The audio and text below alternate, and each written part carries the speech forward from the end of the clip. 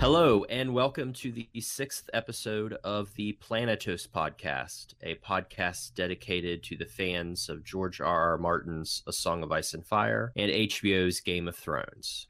I'm one of your hosts, Travis. You can find me on Twitter at Sir_Travis. And I'm your other host, Brett, and you can find me on Twitter at HomelyPillow. Spoiler warning for all of our listeners, as usual. This show will cover all material: the main series, Dunk and Egg, the novellas, The World of Ice and Fire, quotes and interviews by George, and episodes of the show, and commentaries and bonus material as well. Anything and everything, as we say. We hope you enjoy today's program. All right. So today we take a look at a pivotal arc and devastating moment from season 4 and from the third book, Storm of Swords. Tyrion has been put on trial for poisoning Joffrey. He knows the system is rigged against him, so he demands a trial by combat. His potential savior comes in the form of a character who takes the readers and watchers, as well as the characters themselves, by storm. Oberyn Martell, the Red Viper of Dorne. Who is Oberyn Martell? What does he want? What is his goal in King's Landing? Why does he have sympathy for Tyrion Lannister? And is he ultimately successful? All of these questions and more will be explored and answered. But first, we want to introduce a very special guest to help us delve into this amazing episode from Game of Thrones. I'm going to turn it over to my co-host, Brett, because this is his brother who's joining us today. So, yeah. Brett, take it away. Well, welcome, Cole. Finally to the Planetos podcast. Man, I don't know what to say.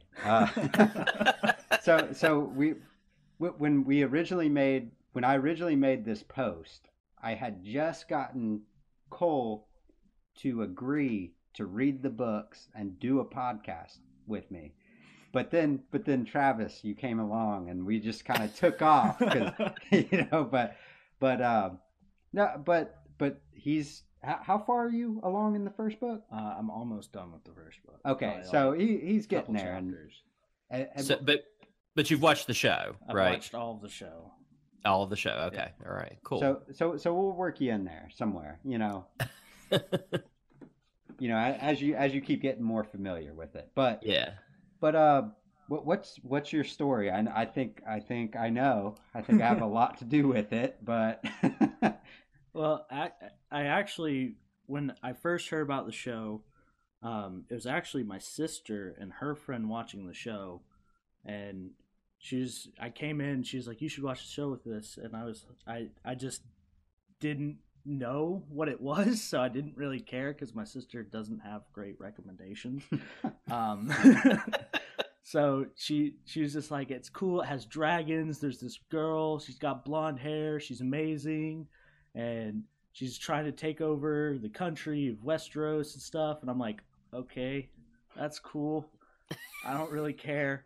So I went probably a couple years after that without seeing the show, not knowing anything about it. And I go over to my brother's to work for him and his.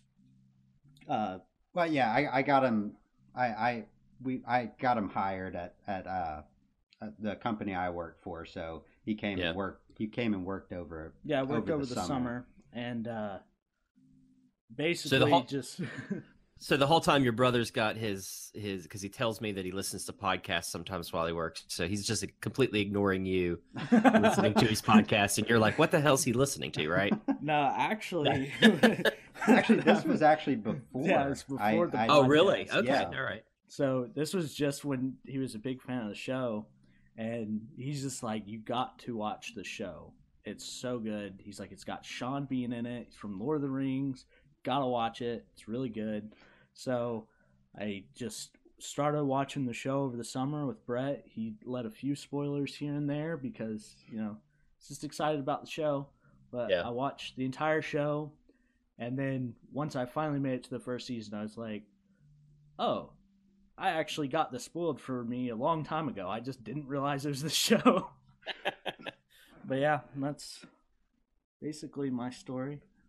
Yeah. Now, are there other like fantasy or science fiction books or shows that you like? I mean, was this a genre that you already enjoyed? Oh yeah, I watched all of the Lord of the Rings. I mean, not super related to fantasy, but I guess in a way, Star Wars and just I love fantasy and sci-fi and everything. So well, tell them what you just did.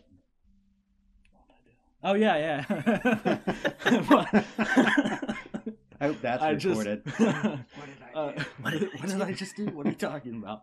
I just went to the mall and I bought a $20 game, not Game of Thrones, Lord of the Rings, all 3 books in one. Nice. So I could just read all of the Lord of the Rings too, because I guess in a way Game of Thrones has made me want to read Lord of the Rings because it's based a lot on that too. Yeah. I've watched the movies and I just really wanted to read the books too. Yeah. It's interesting how much they share in common, but how, completely different they are. But I think what's interesting is George is so good at world building. Like you know the castles, you feel a sense of where they are, you know the characters, and Tolkien's really good about that too. But Tolkien, the interesting thing about him is he was a professor of languages and literature, and he really started Lord of the Rings more out of a passion for creating like languages. Yeah. Like part of it was just creating this Elvish language, and I would not advise to read it, but the Silmarillion is really fantastic. If you ever get a chance to listen to that audiobook, there's a classic audiobook from like I think it's the 80s or early 90s. I had those CDs growing up and I used to listen to them, and it's like all of the history of Middle Earth and all of these gods that are created and these wars that kind of shape the world. And I think it'd be interesting to see something like that come about in George's world, especially like with the Game of Thrones prequel that might come out, or further histories that he's developing. So do you have a favorite character or moment or episode or chapter thus far? That's a hard question. That's a hard, yeah. We try to ask that of everyone, but we haven't really had anyone answer that, which I think is kind of interesting because there's a lot of people who say, I have so many characters that I like or episodes that I like. There's actually a moment. It might be one of my favorites. I don't think it is, but it's one of my favorites, and it's with Barristan Selmy, and we were just talking about this, where he is kicked off the King's Guard. He's told he's like basically kicked out, and he's gonna get a castle, and he just like starts taking off his stuff, and Littlefinger makes some snarky comment, and he just draws a sword, and it's silent. Everyone is terrified of what's about to happen. And then he just throws the sword and he's like melted down. Yeah. That's just one of the best scenes, I think, in all of Game of Thrones. Because it's that he can absolutely like kill everyone in that room at that moment. And that's what I love about it, that he just doesn't give a shit. And I love in the book, I think it goes like this, but they actually send some gold cloaks to try and kill him. As he leaves, and it's kind of hinted that Varys, I guess, helps him escape, but I'm not so sure that he doesn't like cut through a few gold cloaks on his way out. And I just love that. The book. Yeah, he still went to the room. Oh, and just that's filled right. Yeah, he went back and filled out his pages. That's so good. That's some dedication, That is dedication. Yeah. Sir, what is it, Sir Grandfather? Yeah. I just love because in the show, like everyone's talking about how he's such a great sword fighter, and you never really see him fight until he makes it to Marine, right, and fights all the harpies. Yeah. But, like even at that point, you still never seen him fight, but he draws his sword, and then you just know that he is a good fighter. You've never seen it, but So something you're going to look forward to as you keep going through the books is how everyone, like, it's not really done as much in the show, but how they keep talking about him and they're wondering where he is. It's a big deal that he's missing, and they're trying to figure out where he's going. Yeah, I mean, as soon as Tywin gets to King's Landing in, the end of A Clash of Kings, beginning of A Storm of Swords, like that's one of the things he uses against Cersei is just like, how stupid could you have been to let him go? He added legitimacy to Joffrey's reign, and you were so dumb to let this happen. And of course, she thought she was so smart in doing it, as Cersei always thinks she's smart in doing it. But yeah, it's really fascinating. And actually, the Girls Gone Canon is exploring Barristan right now. Yes. And that's one of the things that they just recently talked about, that, all these people just constantly bring him up, like, where is he? Where is he? And it's part of Beefish's argument of why he may end up coming back to Westeros at some point. So yeah, it's very interesting. He's a pretty cool character, and his history. I mean, all the battles and wars and daring deeds that he's been involved with. He's just very fascinating. Yeah, I think with those podcasts, he used to just bore me, but yep. Seeing him in a new light, I'm like, he's actually got a lot. There's a lot there, Now I don't know. I can't wait to see his chapters in The Winds of Winter when it comes out. Yeah, that's gonna be pretty cool. And I am sad that he's dead in the TV show. But... they killed him in the dumbest way too. They did. Yeah, we talked a little bit. I don't know if you had a chance to listen, Cole, but we talked a little bit about that, and maybe why that occurred. But I do think they killed him off. It's kind of like, I think, why they killed off Stannis. Like, these two people are doomed to die at some point, and they just wanted to get characters out of the way. Are you going to ask him the Stannis question? Well, I will ask you to pledge your allegiance to the one true king. We might as well get it out. What do you think of Stannis Baratheon? What do I think of him? Do you like him? Oh, I love Stannis. Okay. Stannis is great. He's one of my favorites, like all his flaws and everything. He's just such a good character. Which I think I kind of spoiled him on a lot of stuff. Because you did spoil me on a lot of the book stuff, but I loved him in the show, too. Just like his confidence was just amazing. Just like, I'm going to win this battle. Even though he gets slaughtered in the battle, he's like, I'm going to win this. Right. Yeah, that's what I like. And, I can agree that he obviously makes some terrible decisions. But I think in the context of like, as the reader knowing what's coming, the White Walkers, all of these terrible deeds, like, I'm like, he clearly would be the best at preparing the realm for war with them. Unfortunately, no one knows that's coming. So right, and again, that's George's way of saying, this is the way the world works. Sometimes the person that would be best at leading us is the person that everyone hates or dismisses or whatever. He does the same thing with Tyrion and all these other characters that there's some deficiency within them that Daenerys is a woman, Jon is a bastard, all these things. Tyrion is an imp. All these things that kind of weigh them down, also showcases what's really virtuous about them, and what's we learn their leadership through the pages and the episodes, and it's just such a good series, and the characters are just so dynamic. There's some characters that I don't like. I'm sure there's some characters that you all don't like, but I enjoy like every sentence, every little moment, because it's just so cleverly done and so well done. So let's talk about a very remarkable character. I think one of my personal favorite characters.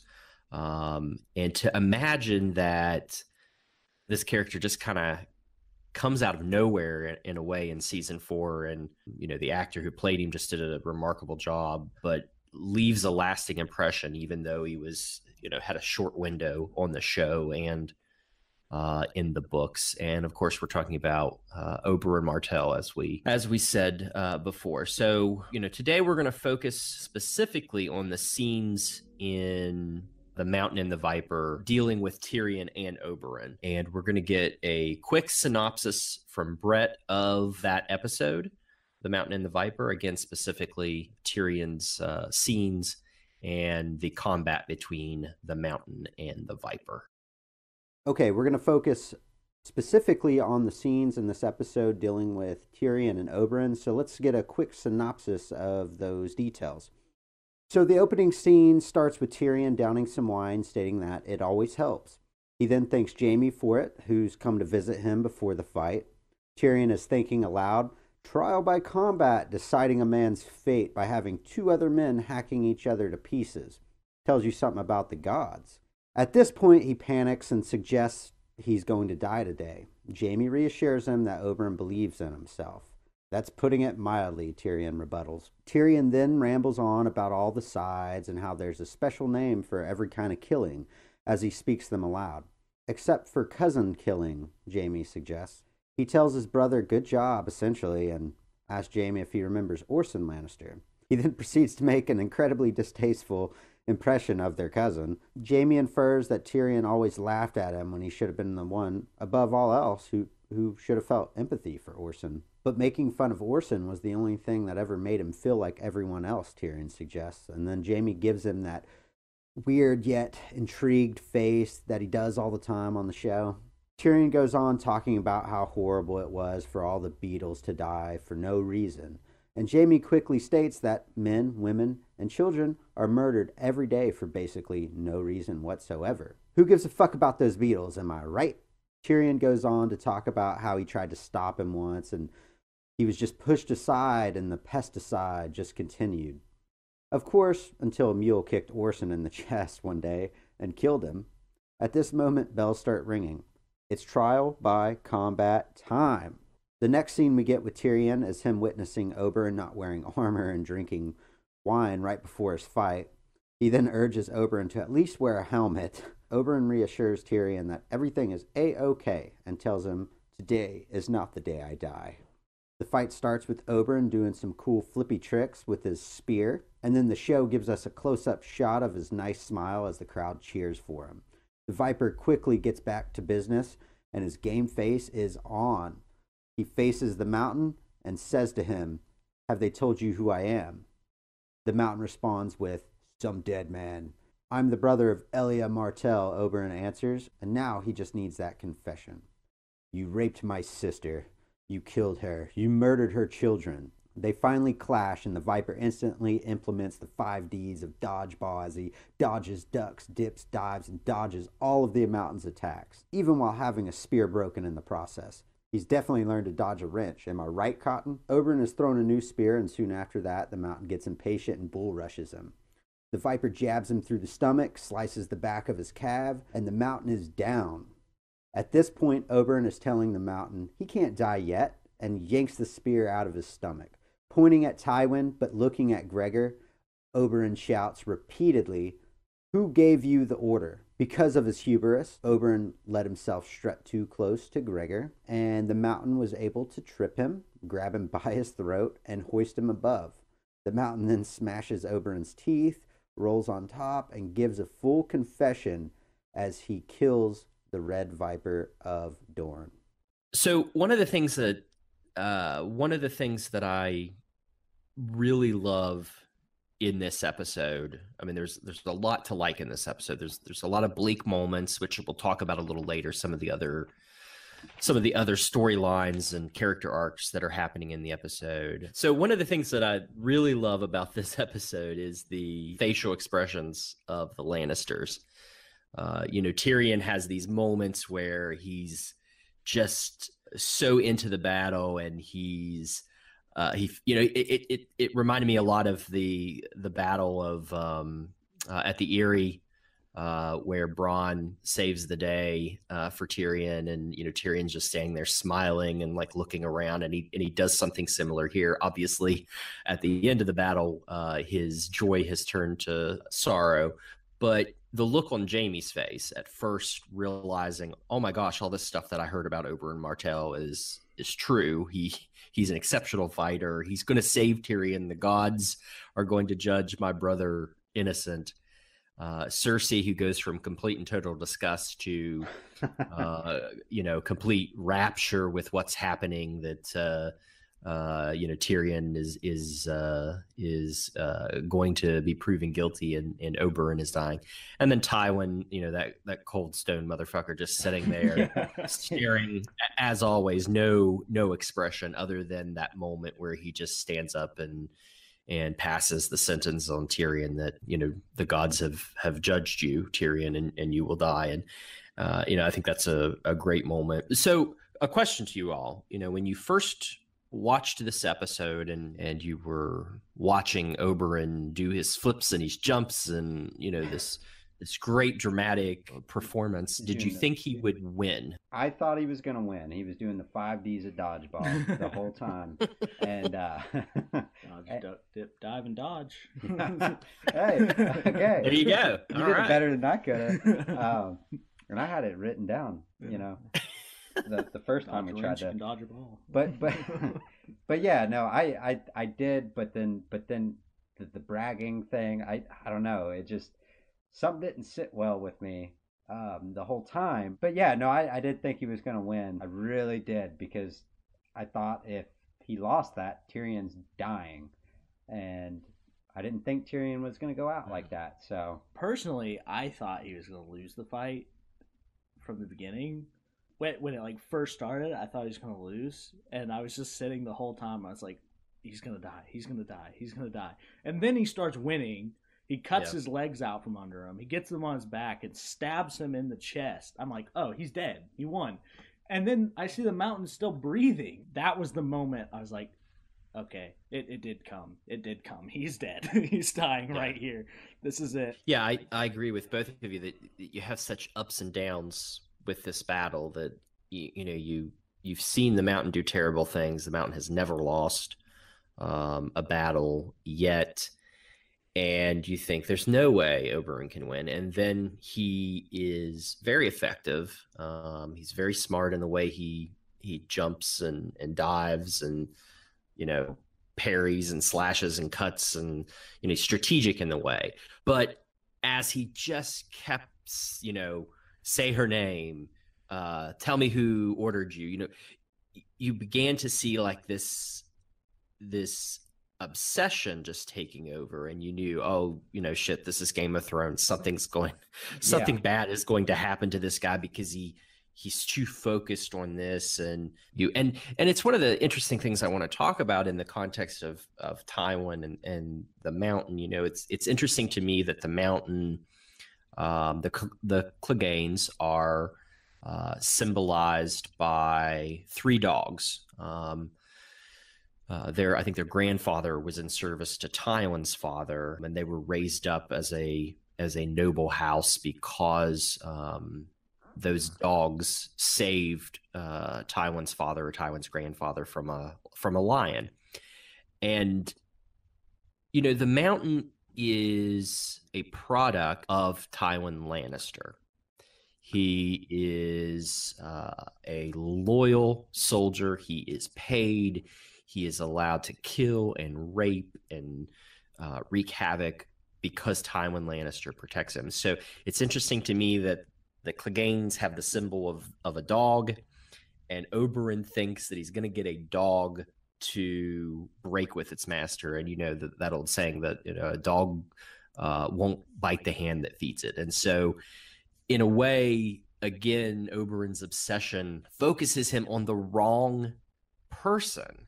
He could easily kill the mountain. That's evident from the fight. Like you said, Cole, he literally stabs him in the chest. Why not just slit his throat, kill him right then and there?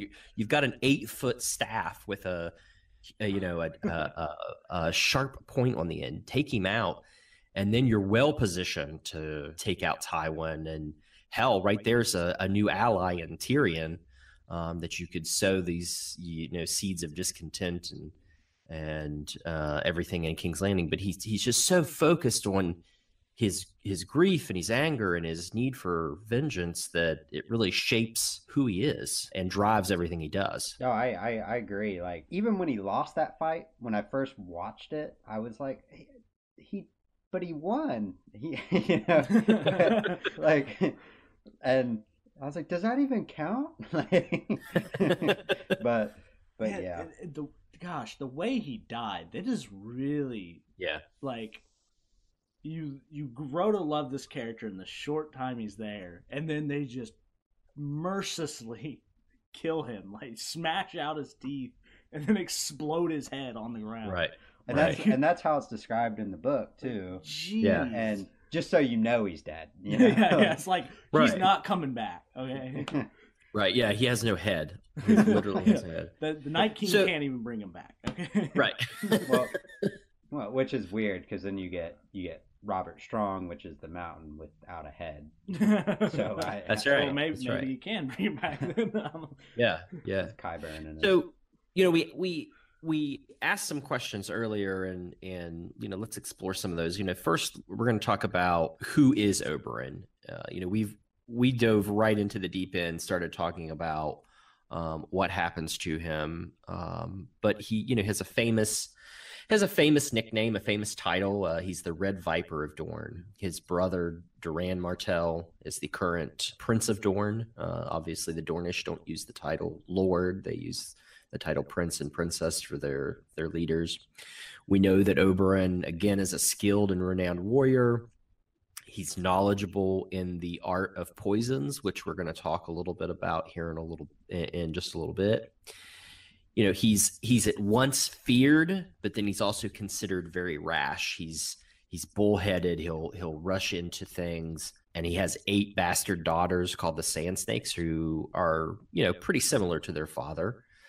He's traveled the world. He trained at the Citadel. He's described as lean and tall. He's got these dark slanted eyes and the sharp pointed nose. That kind of makes you think of a snake. We know that he's seeking vengeance for his sister Elia Martell, who was Rhaegar's wife, and her children Rhaenys and Aegon. And we know that the Mountain and was it Amory Lorch? Yeah, that sounds right. That sounds right. And the Mountain and Amory Lorch killed them when Tywin Lannister and his army sacked King's Landing. And it's interesting because Oberyn obviously constantly talks about Elia, but he talks about them as being inseparable as children. And think about that in the context of Jaime and Cersei. That they were inseparable as well as children. I just think that's an interesting dynamic there. So, his goal in King's Landing, as we asked before, is obviously to get a confession out of the Mountain that he was ordered by Tywin to rape and murder Elia and her children. He's probably also there to do something to Tywin and to sow some chaos because the Lannisters are in a vulnerable position. But let's talk first about why does he want to help Tyrion Lannister? Why does he want to save him? Why does he feel sympathy for Tyrion? I don't think he necessarily feels sympathy for Tyrion. I think he sees how Tyrion's being treated. I think he sees that Tyrion's innocent, and I think he sees that he can use Tyrion for their end goal. If he could free Tyrion, they could bring Tyrion to Dorne. They could have Tyrion back. They had the trial, and that's, supposedly, the 7 deemed him innocent. So they bring him back to Dorne. They crown Marcella, which, right, because that's something in the chapters that Oberyn tells Tyrion. And I'm not.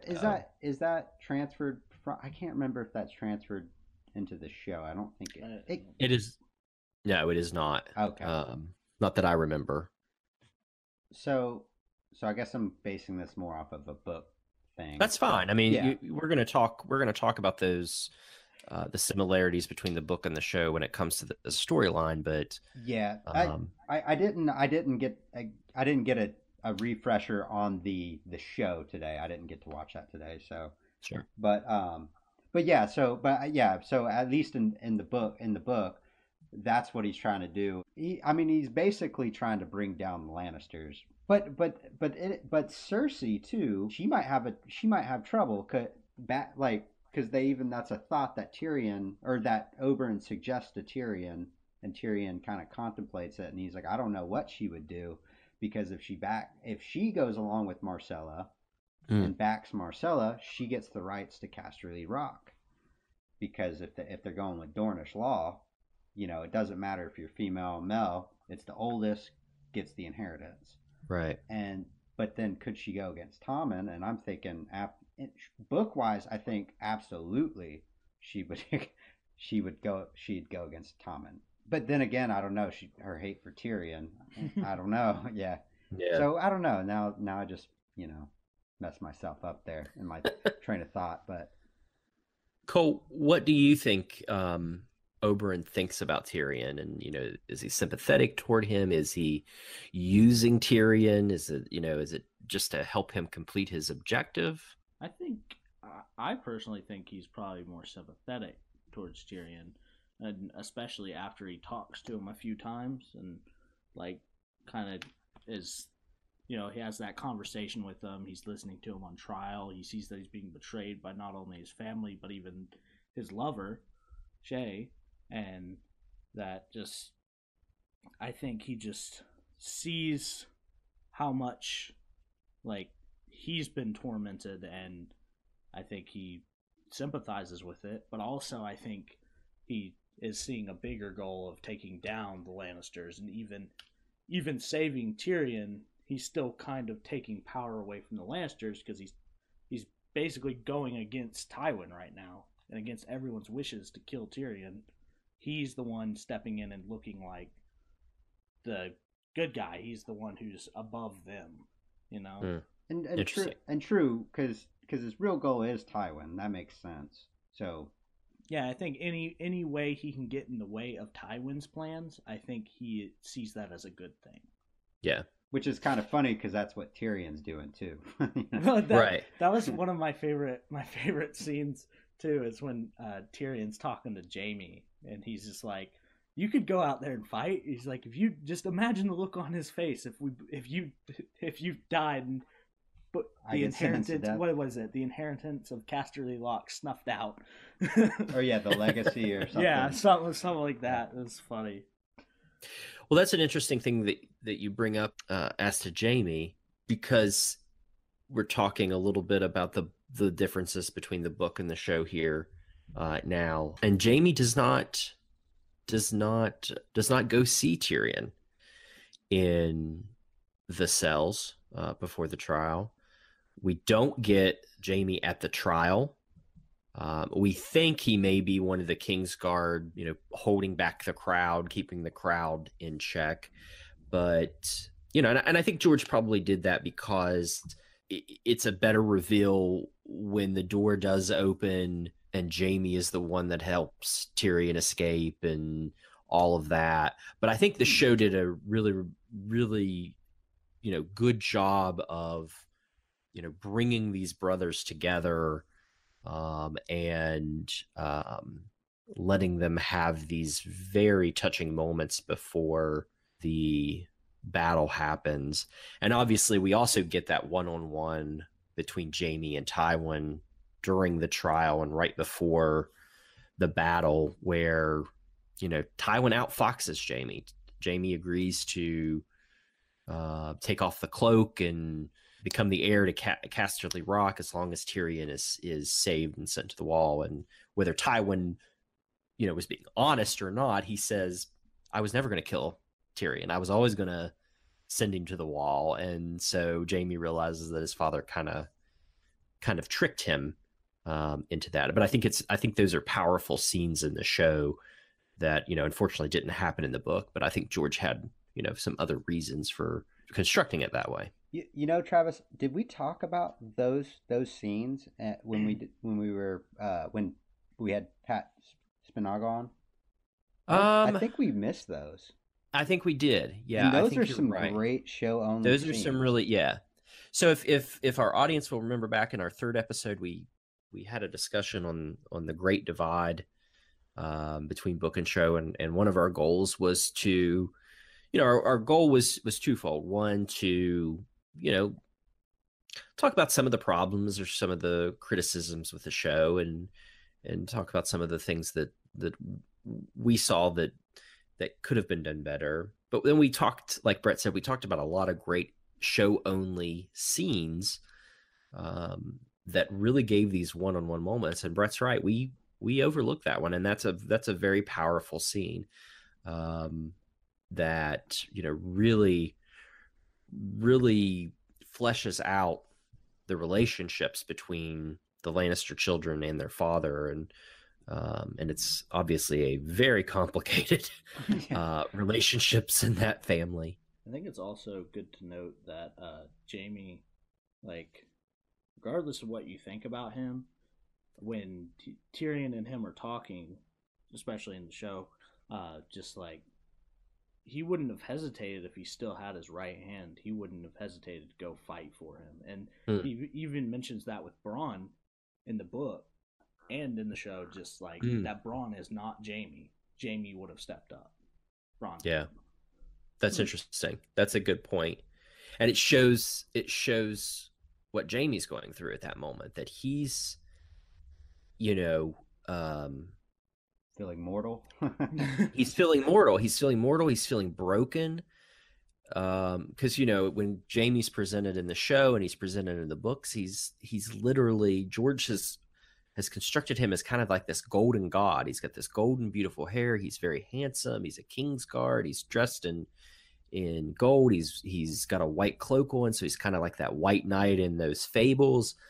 Obviously, we come to find out that he's done some pretty terrible things. He does some terrible things. We see that when he pushes Bran from the window, but we come to find out more again that all of these characters are broken in some way. And like you said, Cole, at that point, Jaime is really hesitating about his abilities to step forward and defend his brother. And he just doesn't think he can do it. But this is his brother, and he feels conflicted about that. So he goes the route that he thinks he can. He's going to, again, Jaime is not a person who wants to forsake his vows again. He's done that. He's been labeled a Kingslayer. He's done something terrible to Bran, yet he's willing to break that vow, that service to the Kingsguard, in order to save Tyrion, the only way he can at that point. So I think it's an interesting... That's a great point. It's a very interesting path for Jaime, and like you said, what he can do at that moment. Now, something that it kind of bothers me. Okay, because we've seen like in the Dunk and Egg novel, the first one, when they have the trial by 7. I assume, I mean, that's a little different than the one-on-one thing, but I assume the rules are the same. The two champions one of them can yield, right?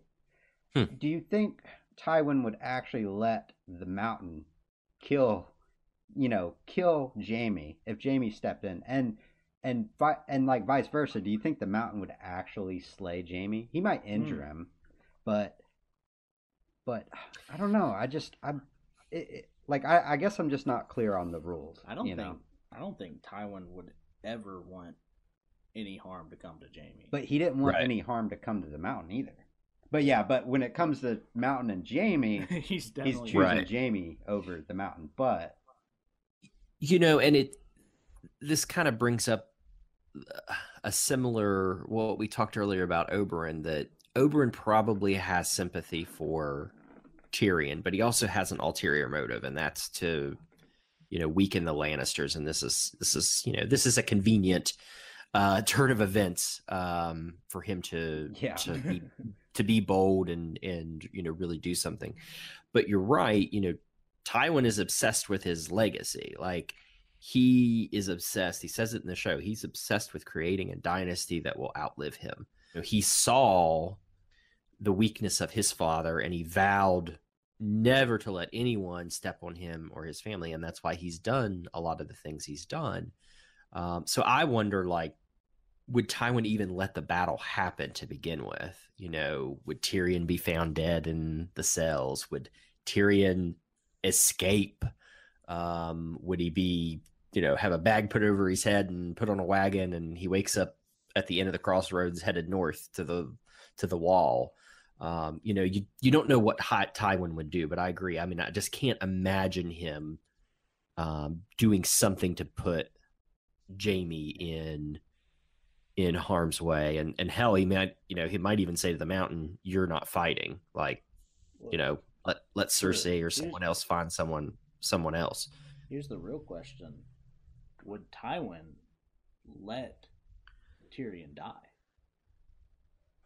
I think that's not in the show, because Jaime made the promise, and that's all Tywin cared about. Jaime made that promise. If he let Tyrion die, then Jaime wouldn't do it. He wouldn't forsake his vows and go back to Casterly Rock. I think he was going to let him live in the show. I don't know about the book though, because that deal was never made. So it's an interesting question. I mean, something makes me think that Tywin would not kill Tyrion. I think he'd be perfectly okay if Tyrion got into a circumstance where he killed himself, or he got himself killed. But, even in the books, Tywin does not like Tyrion. He's an imp. He's got these mismatched eyes. He's got a slash on his face. His nose is missing. He's, according to Tywin, he's lecherous. He's, sleeping with all these women. He's drinking, all this stuff. But I still think that, if Tywin wanted Tyrion dead, he probably could have done it at any moment throughout his life. Yeah, that's what I keep coming back to. But I just think, this is one of Tywin's sons, and Tywin is all about himself and his legacy and his family. And I think that's why he's constantly mean to Tyrion. He wants Tyrion to change. He wants Tyrion to act differently. He wants Tyrion to be more reflective of what, in his opinion, a Lannister should be. So I'm not sure. I lean toward, I don't think Tywin would kill Tyrion. And another thing, like Tywin hates being mocked. That's the one thing he hates. Right. And who's the one that's the most like him? Tyrion, and he's a dwarf. Yep. And then Tyrion constantly gets mocked, and he's a Lannister, and then, he wants to be the heir to Casterly Rock, and that's why Tywin's like, no, I hate being, like, he just hates being mocked, and he can't stand the fact that Tyrion is the one that's like him. But he knows he can rely on Tyrion, and he knows he can use Tyrion. And Tyrion, his wife died. His wife cousin died, giving birth to Tyrion. It's all in the family with the Lannisters, I think it's just really. I don't think Tywin would have killed Tyrion, and I think there's two reasons why. And I think one is because of their words, their code was it family? No, that's the Tullys. Oh, what is theirs?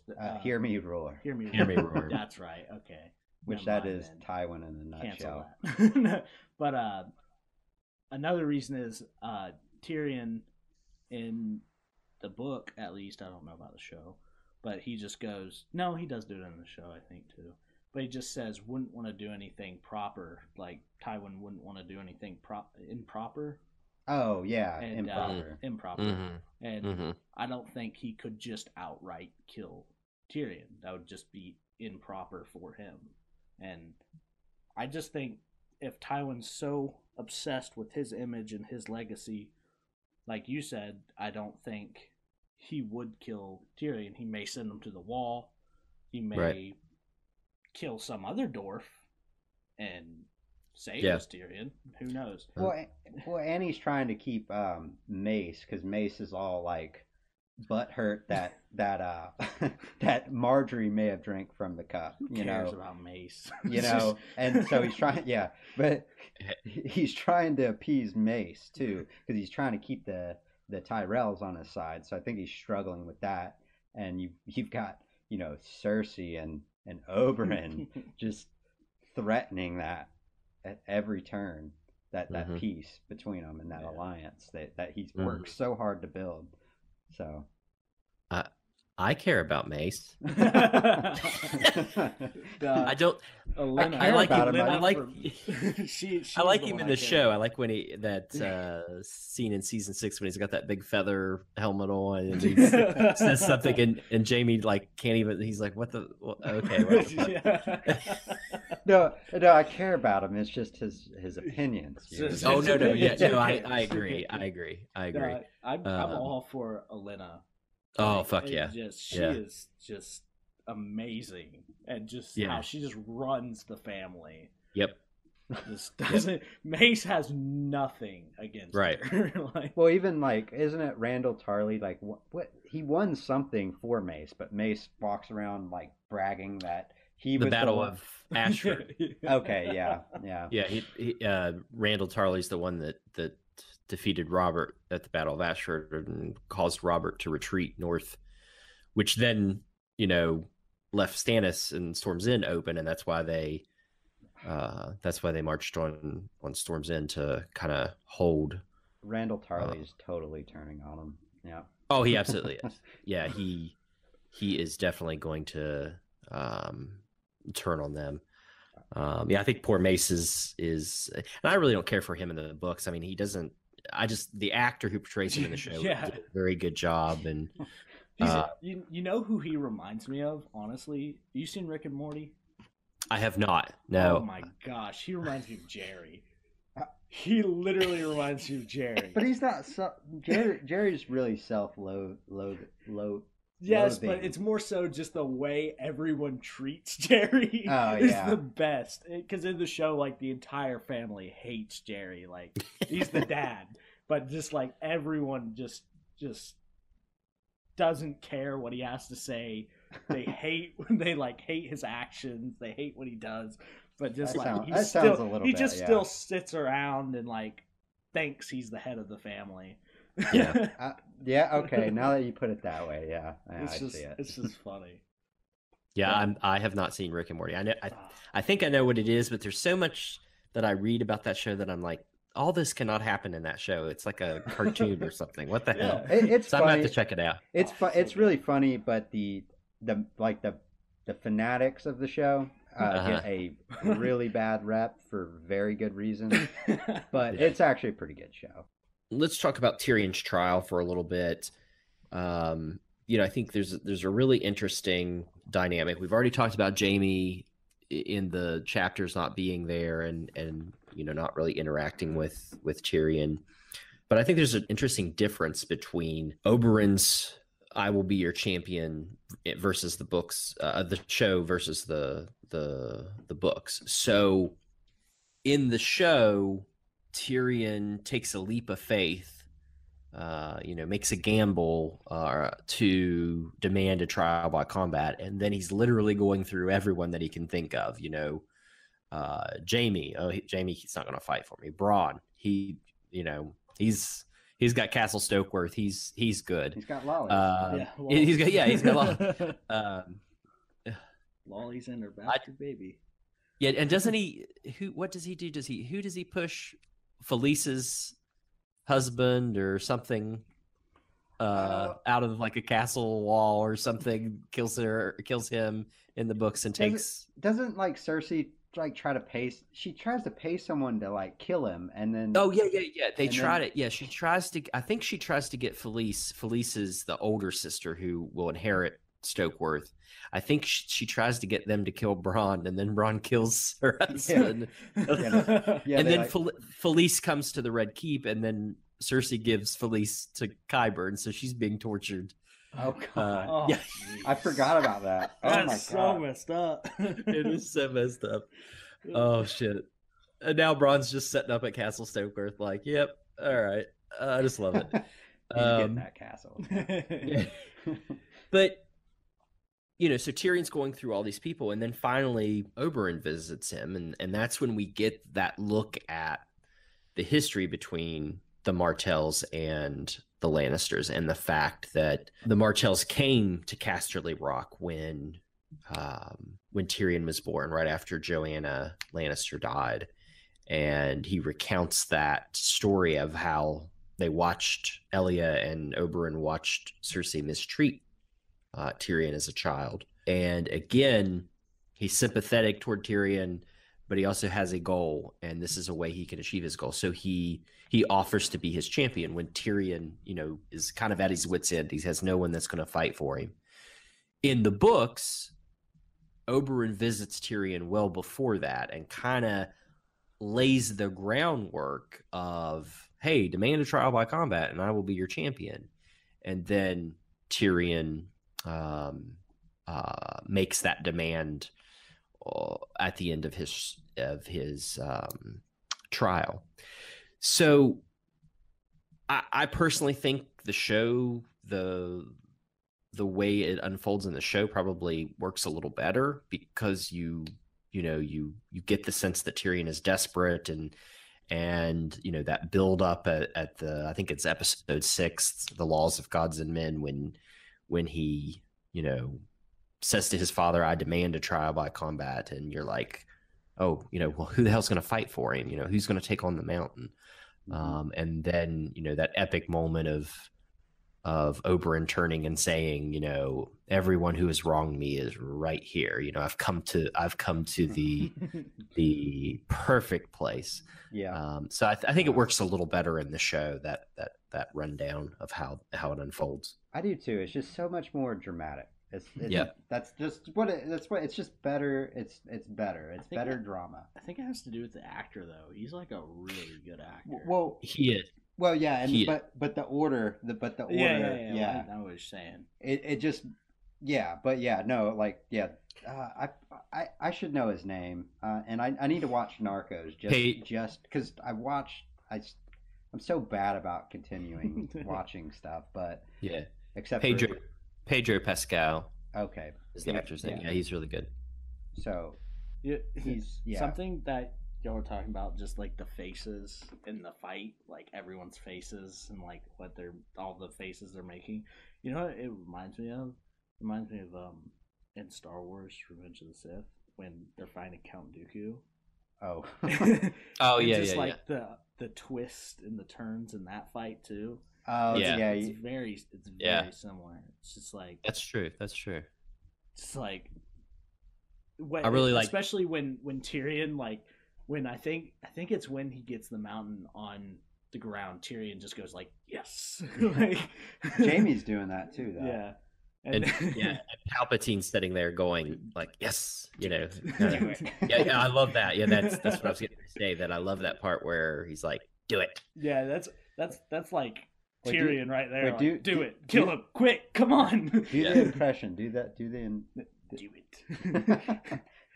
Strike him down. I don't have a hood to flip over my head. Yeah. I would. The Emperor is like so over the top in Revenge of the Sith. Like in the later parts, like when he just like, how did this guy trick everyone? Like... Right. Like when he's fighting Mace Windu and he's like, no. I'm like, what the hell? That's my favorite scene of all time. No. Apparently, his name's Ian McKellen. Ian McKellen. No. McDiarmid. Yeah. Okay. McKellen's Gandalf. Gandalf. Yeah. There's so many Ians and McKellens are mixed. As Jeff would say, plebes. Yeah. Am I saying that right? Plebes? Yeah. Is that how you say it? Plebeians. I always thought it was. That's what it's from. Oh, okay. So they're plebes. But anyways, apparently they said he had so much fun on set. Oh, we're sidetracked again. He looked like he had fun. But the Emperor reminds me of Tywin too, just like sitting above everyone, watching the fight, like just no sense of humor. He's like the Emperor, but like mean. Just like more evil Emperor, honestly. Like the Emperor just, I think, had too much fun with his power, and Tywin did not. He controlled with an iron fist. Yeah. Tywin, like we said earlier, he's very stoic. There's some terrible thoughts going through his head, but he just kind of sits there. And Charles Dance on the show does an amazing job. I love that scene where, and again, another scene that we that we missed for one of our earlier episodes, where Joffrey is sitting on the Iron Throne, and he's demanded to know what's the plan is to deal with Daenerys and the dragons, and Tywin just slowly climbs the steps and is like towering over him. And then in season 4, when Joffrey was right too. That's what bothers me. He was, yeah. And then Robert was right too. Yeah, it's really funny. Everyone who's right dies before they can. That's right. They enact do their plans. Yeah. But then that performance that Charles Dance gives of, after they find out that the Red Wedding has happened, and Joffrey's like flipping out in the small council and is happy, and turns on his grandfather and says, my father won the real battle while you hid under Castle Rock, and just that look on Tywin's face, he doesn't even like blink, and you're like, oh fuck, and everyone in the room kind of like, he's like, the king is around tired. Like, yeah, the king is tired. Take him away. And then he's like, no, I'm the king, and he's like, take him away. Yeah. Oh, and he says any person who says I am king is no true king. Yeah. And that's also why I love that scene in the beginning, early on in season 4, when Cersei's standing over Joffrey's body, and Tywin's like giving a lesson to Tommen, and he's basically like, Joffrey was a terrible king, and just like yeah. So well, and you know who else always said I am the king, I am the king? Robert always said that. So yeah, it's kind of funny. Robert though, Joffrey fought for it. Joffrey. I mean, at least Robert did fight for it, but still, Robert was still Robert a shitty person. Right. Yeah. Really I do like to think about that conversation that Robert and Ned have when they're traveling south, and Robert says, some days I just want to give it all up and catch a ship for Essos and become a sellsword and fight and fuck across that continent. And you kind of think like, man, that would be an awesome book to read or TV show. Follow Robert Baratheon just fighting his way around. Someone make the fan fiction, please. Like, I'm sure there's fan fiction out there. It's his imagination running wild. Dude, a fan fiction of Robert's imagination would be a mess. It would be. It would just be like, what is it, Bessie with the big tits? He talks about every time he's playing a Ned. But then he'd be like, well, Ned had to go with her, and then yeah. In his mind, Ned was sleeping with women all the time. But dang, I forgot what I was gonna say. God, we're getting so sidetracked. We are getting very sidetracked here. Sorry. So let's turn back to let's turn back to Oberyn, and let's talk about what exactly Oberyn's plan was in King's Landing. Was he just there to sow chaos? Did he just come there and every moment, or every turn of events kind of gave him, okay, I'm going to get involved. I'm going to try this. I'm going to do this. Or was there a master plan that he and Doran had worked out in advance? When A Feast for Crows and A Dance with Dragons came out, we definitely got more insight into what the Martells had been up to. Yeah. There were potential secret wedding plans between Viserys and Daenerys. They were active in that. Dorne has always been a kingdom that's far enough away from everyone else because of the geography and the topography that it kind of sets itself apart.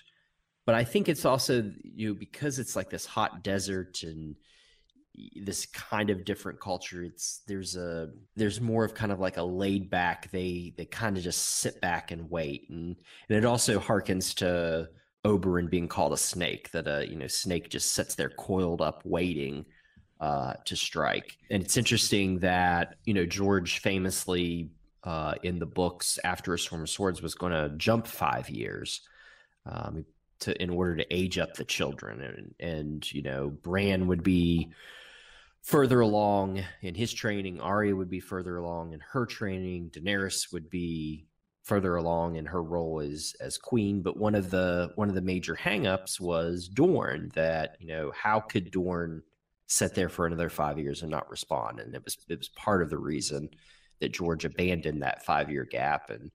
And you know, the story that we got in A Feast for Crows and Dance with Dragons occurred. So we know that Oberyn is a master of poisons. So again, was he just doing everything willy-nilly? Was he just adapting to each situation in King's Landing, or did he have a master plan when he came there?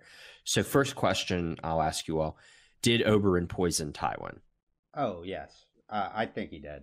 I mean, obviously there's no concrete evidence, but with in the books, when he's telling Tyrion, he's giving him the rundown of having Tyrion, or bringing Tyrion to Dorne with him and crowning Marcella.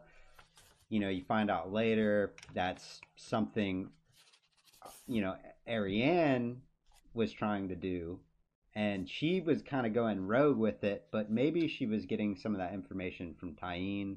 I mean, I don't know.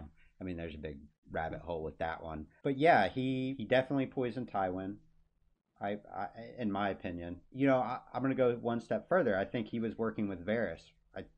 The more I think about it, I think because Tyrion's keeps worrying. He keeps worrying about Varys's little birds hearing him, and because he thinks to himself at one point, if Varys's birds are hearing this, they're getting a mouthful or something like that. But Oberyn doesn't care. And for people trying to keep it quiet, you know, like Doran, you would think Doran would freak out about that, but Oberyn doesn't care. And so I used to think maybe Oberyn went rogue, but after Doran saying me and Oberyn work closer than you would have thought, you get all this information. I think Varys was in on it. I think Oberyn definitely poisoned Tywin. And I think Oberyn was kind of, you know, he was kind of finding his in and outs while he was there. But I definitely think he was there to kill the Mountain and to poison Tywin to get Tywin out of the way. Yeah, I believe that he definitely poisoned Tywin too. Like, I think that was just something pretty heavily implied. And there's one scene or part in the book. I think I just heard this on a video. I don't know. I'd have to actually go through and read it. I haven't gotten there yet, though. But I think they said at his funeral, they said that they had, like, cleaned out his body, like, took all the organs out and stuffed him with, you know, herbs and stuff to make him smell nice. And they said that there was just a stink, which in the room that wouldn't go away. And I think Elena even, like, kind of rubbed it in. Yeah, she did. Yeah, just like, because it was her doing, but like, or no, it wasn't her doing that time. But no, she did the previous one. But, Sorry, but you okay? So you get all this. You get Oberyn all in the same probably few chapters. You know, you get Oberyn's a master of poisons. He was kicked out of the Citadel. Then you get, in the trial, you get Pycelle talking about, he just randomly mentions that one poison that stops. I forget how he described it, but basically you die from your own poisons. And he was talking about being stopped up, constipated. Right. And that's pretty much what was Tywin doing, and you have Tyrion looking at Tywin at some point in the trial and thinking he looks like he's been poisoned too. Right. So yeah, there's just all that foreshadowing right there. That just, it's hard not to think that he didn't get poisoned. That's why he never made expressions, is because he was just so backed up. He was concentrating all the time. He was so backed up. Yeah. He was just so I want to suffer from hernias. I want to jump off here on the smell.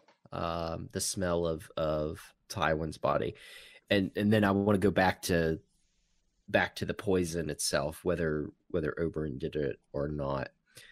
So let's talk about why Tywin's body may be decomposing at a much faster rate, or stinking, or whatever. So, like you all said, there could be poison in Tywin's body, and the poison could be creating a stench that is far worse than anything that anyone else has ever smelt. And we kind of get that. I don't remember how we get it in the books, if we do at all, but we get it in the next episode, or actually it may even be the first episode of season 5.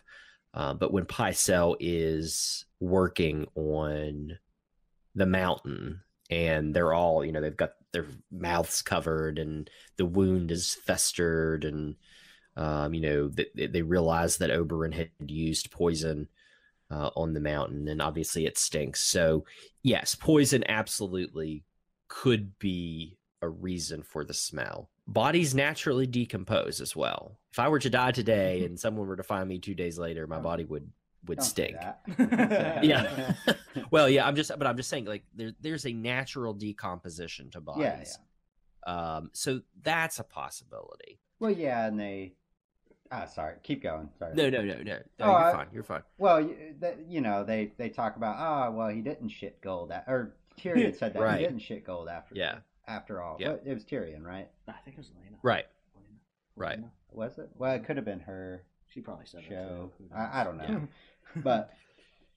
But yeah, so it could have just been something like George was just kept heavily implying that he's a hypocrite, Right.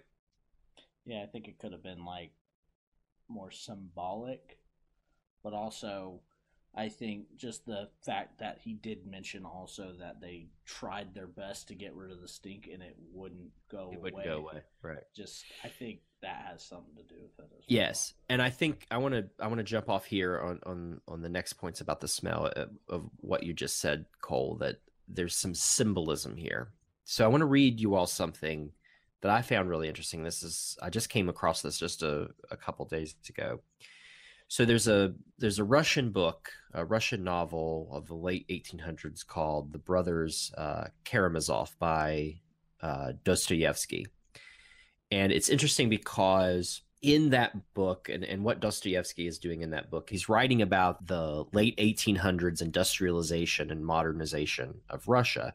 And the characters in that book confront a lot of different things. One of the things they confront is, whether God is real or not, whether God is vengeful or kind, all of these spiritual debates that humans have. That's something that characters in A Song of Ice and Fire have. They're constantly fighting over what the true intentions of the gods are. Even the people who we believe have some connection to the gods don't necessarily know what their intentions are or what they want. But in this book, patricide, killing your father, patricide is a key part of the plot because there is a father and a son who wants the inheritance, like Tyrion. There's a big division between the two characters. But then there is a character who dies, and his body reeks. It's terrible. It smells horrible. But the interesting thing is the character who dies is basically a priest, a holy man. And so in the context of the book, it's how it affects the characters, because they just can't imagine that someone who is so holy and so virtuous and so kind and so generous died and the smell emanated from him. And listen to what George himself says. So George was in St. Petersburg a couple years ago, and he was being interviewed by a Russian magazine or news site. And the question was said to him, did you ever borrow anything from Russian literature, from our classics? And George answers, I borrowed only one thing from Russian literature that I could think of, which was the little bit I did about the corpse of Tywin Lannister, which was taken from the brothers Karamazov. But I haven't read a lot of Russian literature since I don't read Russian. In college, I read the classics, Crime and Punishment, War and Peace, Dr. Zhivago. I tried to read some Russian science fiction, but the only thing we had was by certain authors. So my not having any Russian, my exposure has been limited. So I think that's interesting that he specifically cites this scene, this famous scene in this book, as being inspiration for Tywin's body smelling terrible. Oh, yeah. And I think it's two reasons. I think we're perfectly, and we'll talk a little bit more about this here in a minute. I think it's perfectly acceptable to say it was Oberyn poisoning him. I think you could make that argument. You could make that argument that it wasn't. But I think it's the smell that really matters here, because as we've talked about, Tywin is a really bad person. And, George takes these moments from, not that he steals things, but he takes these moments from other works and he gives them his own twist. And like we said, this virtuous character in the brothers Karamazov, it's just fascinating to people that he smelled so bad when he died. They just can't imagine. I don't think people would necessarily be surprised that Tywin smelled bad, because, there's a lot of people who didn't like him. But I kind of see it in the context of, Tywin always won. He always exhibited this sense of control and strength. He was deemed kind of invincible. He always, was victorious. So I think George is sort of using that smell to say, actually Tywin's shit did stink. And you know what they say? When you play the Game of Thrones, you either win or you die. Yes, exactly. And so, I think it's symbolism for, Tywin was a man just like everyone else, and his body, when he died, started decomposing just like everyone else. I totally agree. Yeah. And then I think the other thing that it symbolizes, it's a taint on the Lannisters and Tommen now. Like you said, that the smell lingers. They can't get rid of it. Like they've stuffed the body with all these things. They're burning incense. They've got these candles lit. I think maybe they say they opened the doors and the windows of the Great Sept, and they just can't get the smell out. Well, now there's this lingering odor around the Lannisters and their regime. It's kind of like there's blood in the water, and as we see in A Feast for Crows and A Dance with Dragons, the Lannisters' enemies, they're striking. They're coming at them, whether it's the Faith or the Tyrells or Varys, whomever. There's a smell about them, and people can see and smell that they're wounded. Like, it's almost like Tywin's mentioned more in A Feast for Crows and A Dance with Dragons than he is in A Storm of Swords. Mm-hmm. I mean, maybe not, but I mean, he's mentioned a lot. It's partially because we get Cersei's POVs, and she's obsessed with being the next Tywin, and obviously with Jaime being a prominent character. But you're right. I mean, he's definitely a focus. I have two thoughts here, but I think it's pretty interesting that, he's so concerned about his legacy that when he died, now all his legacy is the stink that filled the room. I like that. That's good. Like, that's his legacy. Yeah. And I think it's also, I was just having this thought, and it's just like taking from other literature and stuff, just kind of like Tywin's relationship with his sons. And it really reminds me of a story in the Bible, the prodigal sons. How the first son demands his inheritance and whatever. Not so much this part, but like how George R. R. Martin adds his own twist to it. Right. So the prodigal son leaves and goes off and parties and does all these things. I really feel like it relates to Jaime, but in another sense, where he left to join the Knights Guard, or Kingsguard, and he left to join the Kingsguard, and abandoned his inheritance in a way. It's almost the same story, but a little different. And he abandoned his inheritance, and what's left is Tyrion, who gained the inheritance, but yet he's the second son, and he's not so much the first son. And I think when just that relationship is very similar as when if Jaime were to come back, he would have regained that inheritance. And I think that the second son holds that resentment. And it's even kind of explained in The Prodigal Son, but there's more to that story. But I think George R. R. Martin can twist that. Yeah. And I don't know if he drew inspiration from that, but I see it just like a parallel to it, just like... He might have. I mean, I feel like in a more real-life situation is just... His inheritance has now just been... It's almost been ripped away, and yet his father still doesn't want to give him that. Yeah. And I don't know. It's just interesting. Yeah, that is interesting. He does put a lot of biblical stuff into a Game of Thrones. So right. I mean, he could have. That could be something he took inspiration on. So absolutely, yeah. I mean, and you see that dynamic with a lot of brothers in this story. Stannis and Renly, not Ned and Brandon to an extent, but the fact that inheritance and duty are thrust upon Ned when he didn't expect it, and so you see that throughout the story. That, and of course, the stories in the Bible are so foundational to our culture and our society that even people who, like George, who are now agnostic or atheist or whatever his religious beliefs are, it's still inspirational to him, either because he learned it as a child or because it's the way humans relate to each other. It's the way humans tell stories. So yeah, I definitely think you're right about that there's definitely some truth in there. So back to Oberyn poisoning Tywin real quick. I just want to make a couple comments because there's a few interesting things that are said in the book as Tyrion and Oberyn have these conversations about the combat, about the trial, all that. Oberyn makes the point that Tywin is not going to live forever.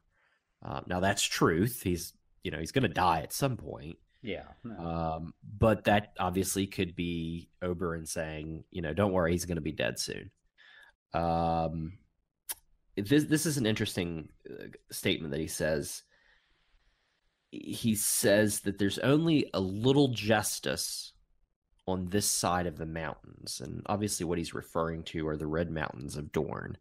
Only a little justice on this side of the mountains. So he means, in King's Landing. And of course, Oberyn is in King's Landing. So, is a dual meaning there that Tyrion is probably not going to get much justice, but Oberyn is there to make sure justice is served to Tywin and the Mountain and all of them. We also know that there is a lot of enmity between Mace Tyrell and Oberyn Martell, between the Tyrells and the Martells. Mm-hmm. And so he obviously wants to keep the Tyrells away from the throne. And he obviously wants to do something to impact the Lannister Tyrell alliance. And so what better to do than to remove the one person who's keeping that alliance intact in Tywin Lannister. Yeah. I didn't think about that. Yep. That makes me think Varys is even more in on it. Yeah, I think Varys is definitely Varys is in a lot of what's going on. I think he's in a lot of things. Yeah, and we talked about that. I guess it was on our 2 episodes ago, on our Riddles and Prophecies, where we were talking about the fact that Varys and Littlefinger. I think you're right. I think we're going to come to find out in the end that not only did they have a lot of information on each other, but they were both not as active as each other, but they were both doing a lot of stuff that really impacted the story. Again, we just don't know why Varys is doing what he's doing. We think we know. We think he's either a secret Targaryen or a secret Bright Flame or secret Blackfire, but we just don't know why. But yeah, he's doing things. He's purposely making moves. So it will be cool to see how allied. I mean, I even heard something today that I hadn't even heard before that is it Taina Merryweather may be an agent of the Martells. Oh, I didn't hear about that. I thought she was more with the Tyrells.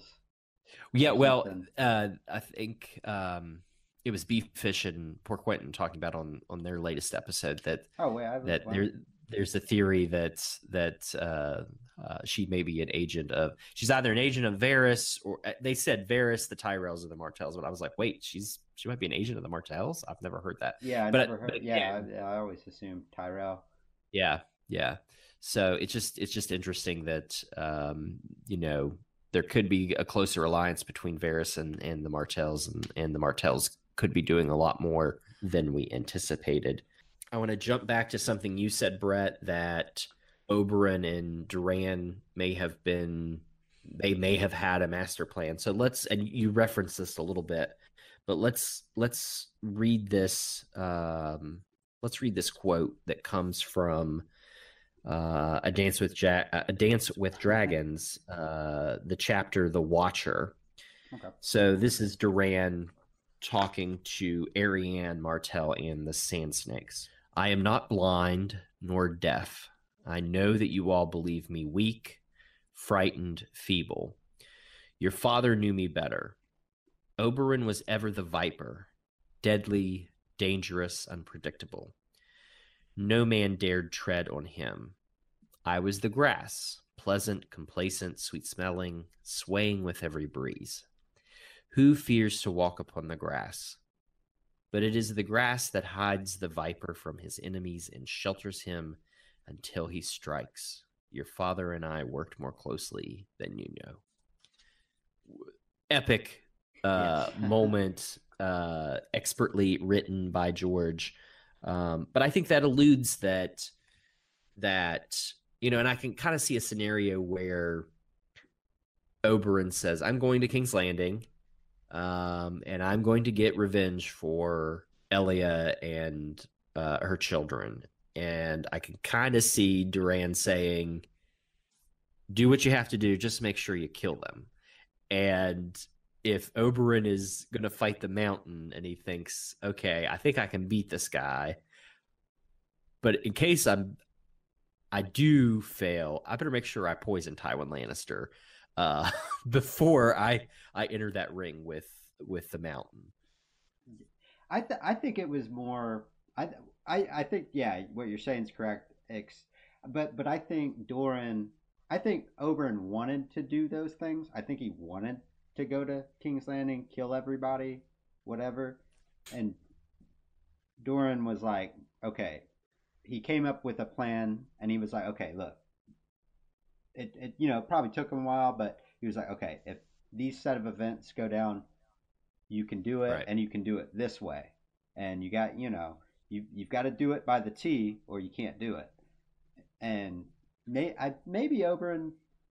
I mean, if we're taking Doran at his word, Oberyn had a lot of respect for him and trusted him. So right. So when they got that invitation, when they got when Marcella was sent to him, they gladly accepted that. Right. The betrothal, because now they've got a hostage pretty much. and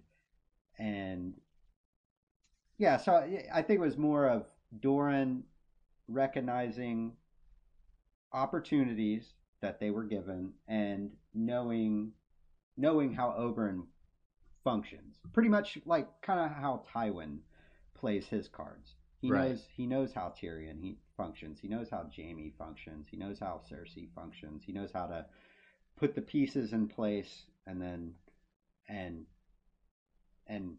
when I don't know how the rest of that phrase goes. I forget, but sure. He puts the pieces in place and lets them fall, and then he. Yeah, we know from A Dance with Dragons that it's important for Doran when he finally begins to confess what he's been doing and that he wants revenge. It's important for him to get pieces in place. He's got an agent going to Old Town. He's got people with Marcella. He's got someone going to King's Landing. Well, he actually has two people going to King's Landing. He's having one infiltrate the faith, and he has one taking up their seat on the small councils. So you're right. Oberyn could have been that piece that, yes, brother, go to King's Landing. Let us know what's going on. Let us know what the best option is. If you're presented with the ability to strike, go ahead. I'm the grass. I've concealed you this long. Now you're out. Viper, go do it. But I think you're right on that Doran is a hesitant man, and I think that's, like he says in that quote, it makes him seem weak, but he's not necessarily weak. He's just cautious. Well, and he knows he knows he's going to fight a losing fight. He can't go to complete war. They don't have the amount of troops to. They can only defend themselves, and what good is revenge if you're on the defensive? Right. Yep. And he knows that. If you want revenge, you got to be able to fuck the other people up. Pretty much. Right. Right. I think just like Oberyn and Doran are just, they're brothers. They have similar qualities, but they're two different people. And I think Oberyn, he trusts his brother and follows his plans, but I think he's also rash, and he likes, and like you said, he likes to explore. So like, I think when he made it to King's Landing, the first thing he did is he started exploring both the city and the people and the brothels. And that's not what I'm saying, though. I'm just saying I think he was exploring the opportunities for other alliances as well. Right. And I think that's what he was good at doing. Like, if you say he's making these things with Varys, like, I think he knows how to pick his allies, especially aligning himself with Tyrion. I think he recognized Tyrion's an important piece to have. And I think he just knew when to strike, but he's also rash. So I think he gets a little ahead of himself. Right. Well, and it's interesting. It's interesting. You know that saying in the books. I think it's Maester Aemon that says it. That when a Targaryen is born, they flip a coin, and or it might even be Barristan Selmy. I can't remember. Is it Barristan? Okay. When a Targaryen is born, they flip a coin. One side is a stable Targaryen, the other side is madness. And I don't think that equates 1-to-1 with Doran and Oberyn, but like what you said, Cole, that they both have strengths and weaknesses that work off each other. And I kind of see them as like, if you had a two-sided coin and, their symbol is a sun with a spear in it, obviously. And that's gold. And Oberyn is, bright and shiny. And like you said, he's rash, but he's feared. And then the other side would be like kind of dull, like a nickel, like, just it's Doran. He's somber, he's cautious. People kind of think he's worthless in a way because he doesn't do anything. But I think that's right, that dichotomy between the two brothers. And again, back to that theme of two brothers, Ned and Brandon, very different Starks. But had Brandon lived, no doubt they would have potentially been a Doran Oberyn type, where Brandon was very hot-headed and Ned was very quiet and thoughtful. So I think that's Robert and Stannis. I mean, there are two completely different people that, and you think about it, like, had Brandon lived, it would be interesting to see the dynamic between he and Ned. If Robert and Stannis had actually liked each other, that would have been a powerful combination of and very effective rule in King's Landing. So I think that's an interesting analysis of Doran and Oberyn. All right, so let's keep with the premise that Oberyn did poison Tywin. So I want to throw another discussion point out here. If Oberyn had defeated the Mountain and freed Tyrion, would he ever get another chance to be really close with Tywin? So we know he's on the small council. He's taken the Dornish seat on the small council. But he's, in a way, broken faith, if you will, with the hand of the king to stand for Tyrion. If he defeats the Mountain, Tyrion is set free. It appears that the gods have judged Tyrion innocent. What do you think Tywin would do in that circumstance? Would he not do anything? Letting Oberyn remain on the council because he fears, the Martells rising up? I mean, what do you think he does there? Are we going with that he was poisoned? Well, okay, yeah. Or are you talking about like immediate aftermath, like what? Well, I say immediate aftermath, and I guess let's we can stick with the premise that he was poisoned, but we can also stick with the premise of maybe he wasn't poisoned. So let's talk about both, because to me, if again he had poisoned Tywin, he defeats the Mountain, he sets Tyrion free, and then Tywin dies, it's not only that the gods have judged Tyrion innocent, but the gods have also judged the Mountain and Tywin guilty of Elia and Rhaenys and Aegon's murder. Yeah. But if he doesn't poison Tywin, or if he hadn't poisoned Tywin, and he sets Tyrion free and defeats the Mountain, how do you think the interaction goes between Tywin and Oberyn from there on?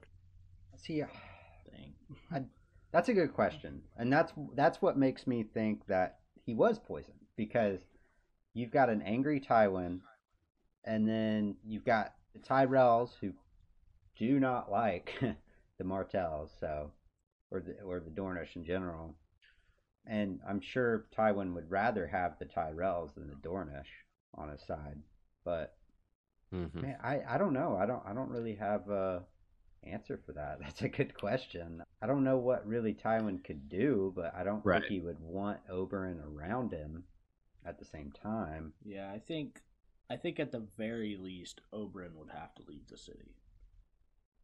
I think at the very least. Now, would Tywin take actions against Oberyn before he left the city? I don't know. Well, if Oberyn is leaving the city, is he leaving the city because he has been removed from the small council? I think he would have been removed. Okay, so that's an action.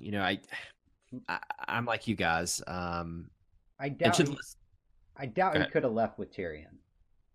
I bet Tywin would have probably made not. Tyrion They stay. probably would have. That's something I think Oberyn would have done, though. I think he would have found a way to get Tyrion. He would have found a way to get Tyrion out, and I think that's probably another check in the column that Tywin was probably poisoned. Yeah, because if he gets Tyrion out, Tywin dies. Now he has Casterly Rock on his side.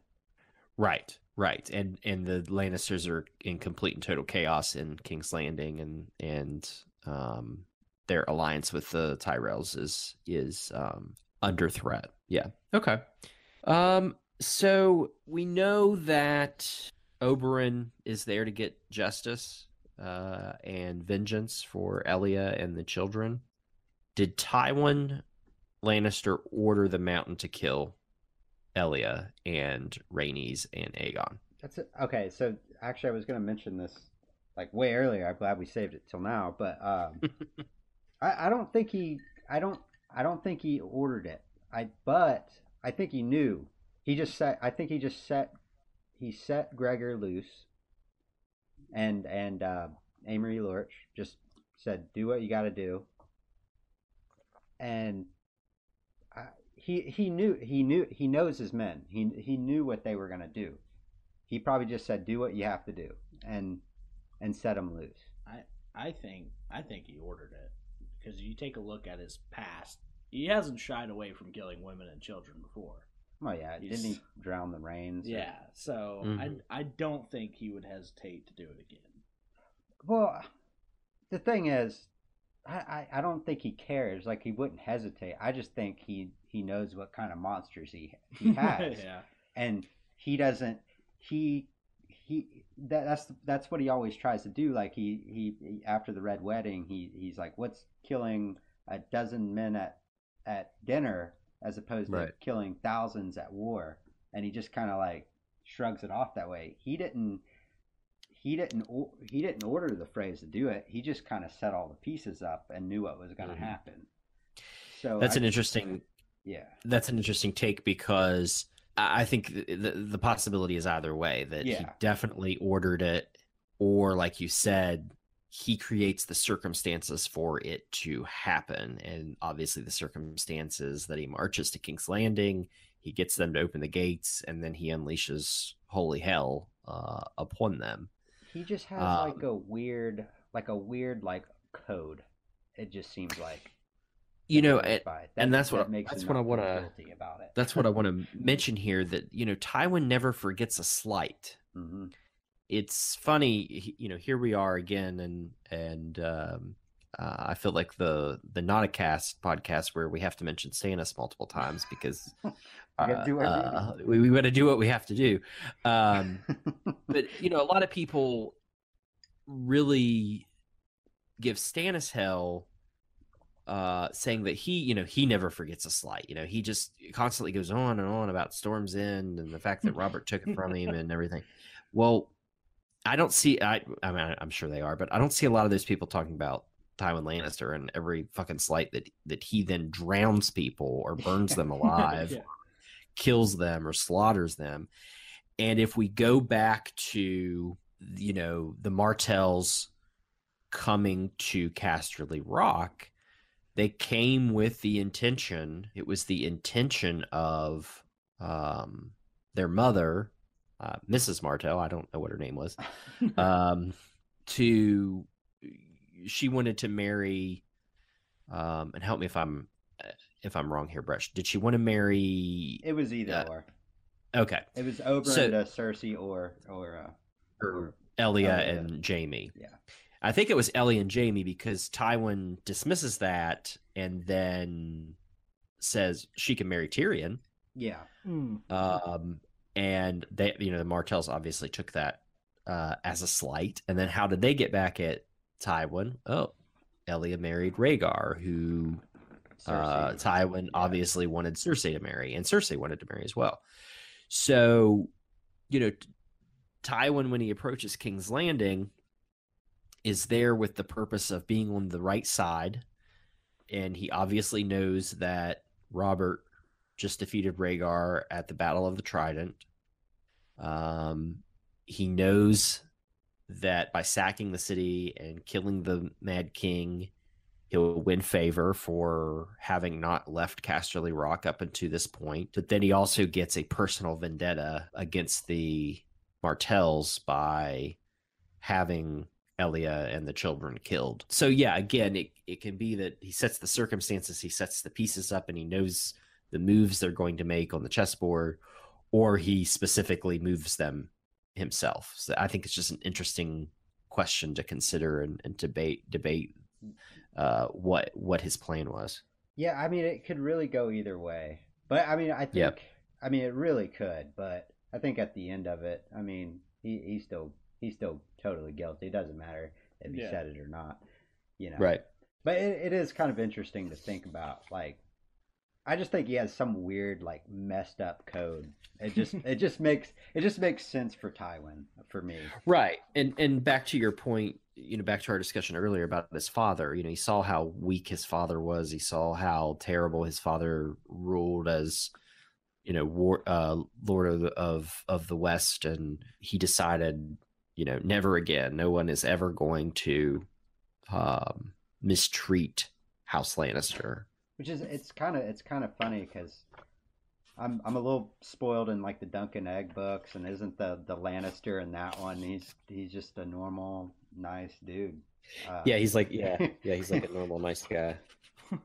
It's really just Tywin and his generation that really like did that to the Lannisters. So right. Right. So now I want to talk about something that could have been. There's a lot that happens in this series that if the right person had shown up to battle, or the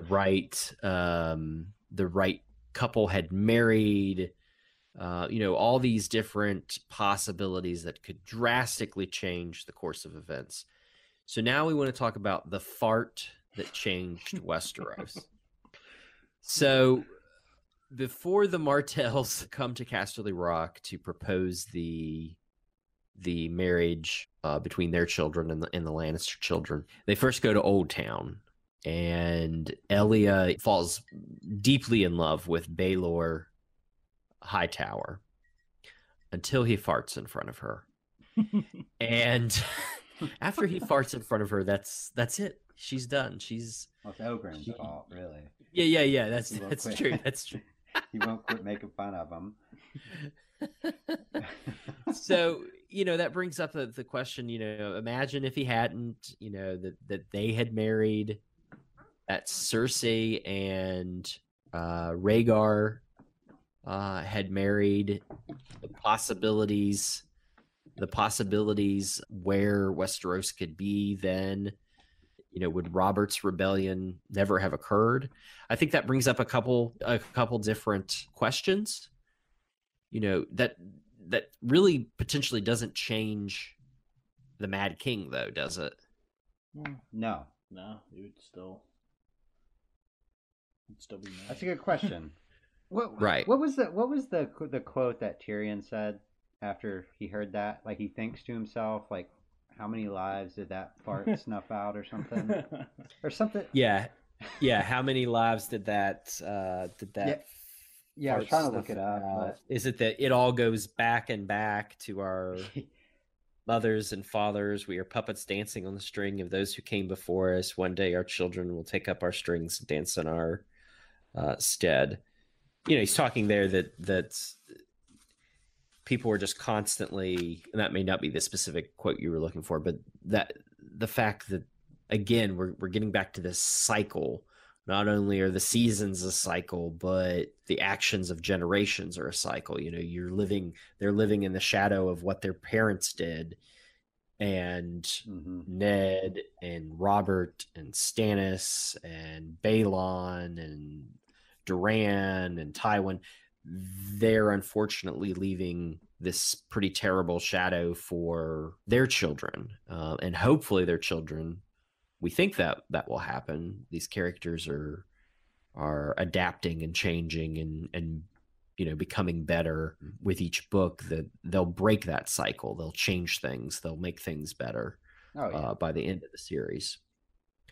But that the circumstances of Rhaegar and Cersei marrying, again, doesn't necessarily change the Mad King. I mean, we know that there were people around the Mad King that were whispering in his ear. We know Varys, again, whatever his motivation was with that, whether he created some of the illusions that Aerys saw, we don't know. But then I think the other thing is, and it's a trope in fantasy, but there's the destiny aspect, and especially with Rhaegar and Lyanna, whatever happens. And again, we don't know what happens there. We don't know why he fell for Lyanna, or Lyanna fell for him, or they got together, whether it was some prophecy he read, or he saw her and he knew this is the one, woman for me, or whatever. But there's that destiny aspect. And that's obviously something that happens in fantasy, that, it's fate. No matter what, it's like the adage of, if you're destined to die tomorrow, whether it's in a car accident or something falls on your house, at that exact moment at 1 p.m., you're going to drop dead. Like, fate will get you. So no matter the circumstances of who's married to who and where the characters are or whatever, is there still a destiny aspect for these characters. And I think it's something that George is definitely playing with here. Yeah. Well, ultimately, yes, because George has a plan for them all. But true. But yeah, no, I don't know. I don't think there is a destiny. I think that's kind of just life, and I think George does this thing where it's just like, no matter what is going on, life is just can go out like that. And I think just he really plays with that, and especially even in this trial, like Tywin's a huge part in this part of the like books, and Oberyn just became like super major in it, and then he kills them both. And like the matter of who I don't even know. It's just like they're gone, and that's it. That's their destiny. It's over. So maybe there's not so much a destiny for each individual character, but it's their actions and how they're changing the future as each of them keep doing stuff. Mm-hmm. So it could be something like that, and it could be something he's playing with. It could honestly be. Honestly, I actually might agree with what you said in a way. Like their destiny could almost be like what their house's destiny has always been. You know, like the Starks were always kings, and then as soon as something happens, they become kings again. I was watching some video, I don't know, but it was just basically explaining the kind of the archetypes of each house. Kind of what those definitely exist. Yeah, what they are, and like I think their destiny is it's like real history. They're doomed to repeat themselves, and I think that's just what is going to keep happening until something. Even the others and the White Walkers that are repeating themselves. They're coming with winter again, and winter is coming, and it just keeps going on and on and on and on and on until something is going to break and it's going to change. Well, and we've all speculated that it could end potentially with Tyrion writing something like the Magna Carta, and then. Yeah, I mean, that's definitely a possibility. It's just like he takes so much from history, and even just the fact that history does repeat itself, I think, will be very important in this. And I think that's something that, like, Sam is looking into. He's going through all these scrolls and stuff and trying to find a way to defeat them because he knows they can be. And Tyrion, too. Yeah, Tyrion's looking through all the dragon books. He's like, I know this can happen because it's been done before. Mm-hmm. So, yeah, interesting. So maybe there's not a destiny for each individual character, but there definitely is some sort of destiny. Maybe the prophecy was never meant for just one person, like the Azor Ahai thing. Right. I totally agree with you, and I think what I mean by destiny, what I mean by like. And I know it's tropey that Rhaegar and Lyanna are destined to come together and have the savior and all that. And I know it's not going to work out exactly like that.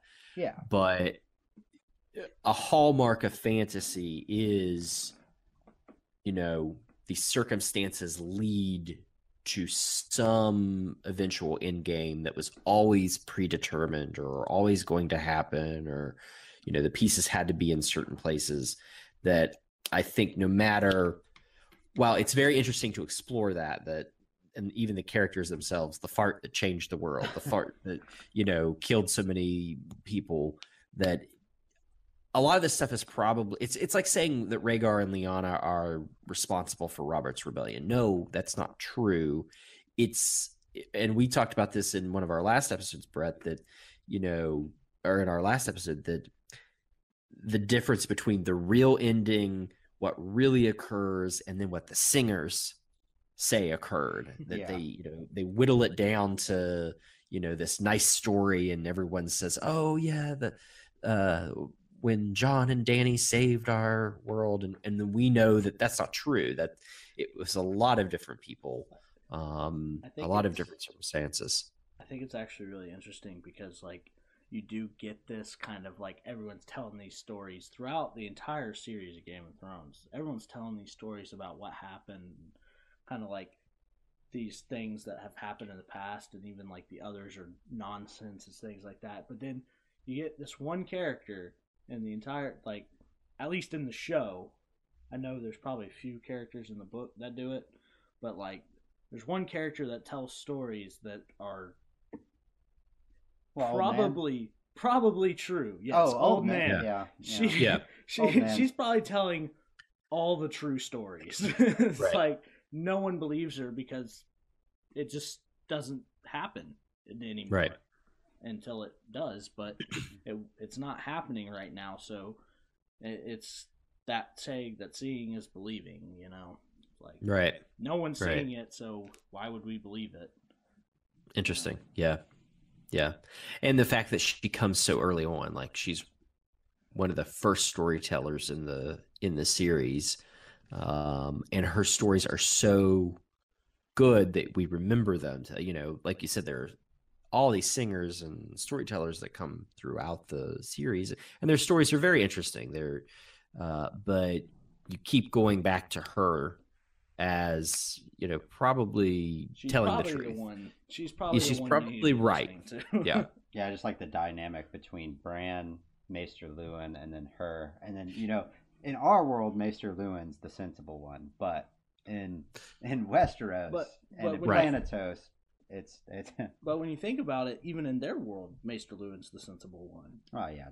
True. It's just like we rely so heavily on these scientists and philosophers that maybe what they're telling us isn't true. Maybe there is something else that's gonna come for us. Like maybe we're hearing things that aren't true too. You just won't ever know until it happens, and in Game of Thrones it's gonna happen. So all right, well, I don't know what else we could say about Oberyn Martell and the circumstances of the Mountain and the Viper and the battle between those two characters and Tyrion's trial. We didn't really talk much about the fight. Yeah, let's talk just real quickly. I actually, you're right. We kind of overlooked that there really wasn't. If you watch the fight itself, either in the episode "The Mountain and the Viper" or read it in the books, there's not too much difference between the two. It was pretty adapted, pretty well. Again, we talked about Jaime isn't present in the books. The onlookers are very close, and the Kingsguard are pushing them back. Well, and Jaime may be one of the Kingsguard, right? It's not really mentioned. The Mountain slices his squire, right? Doesn't he cut him in half or cut his arm off or something like that? No, it's a stable boy.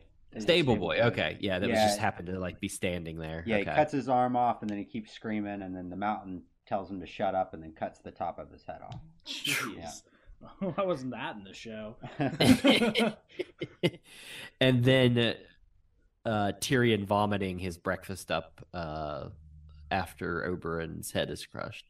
Yes. I don't think there's too many more differences, but we said, Oberyn's the helmet thing is kind of funny. That's right. Yeah. It's at least wear a helmet. And then the book, he wears a helmet, but he doesn't wear the visor, and that's how he gets his head crushed. Yeah, but it's kind of funny though. But like you said, the battle. Sorry. Oh no.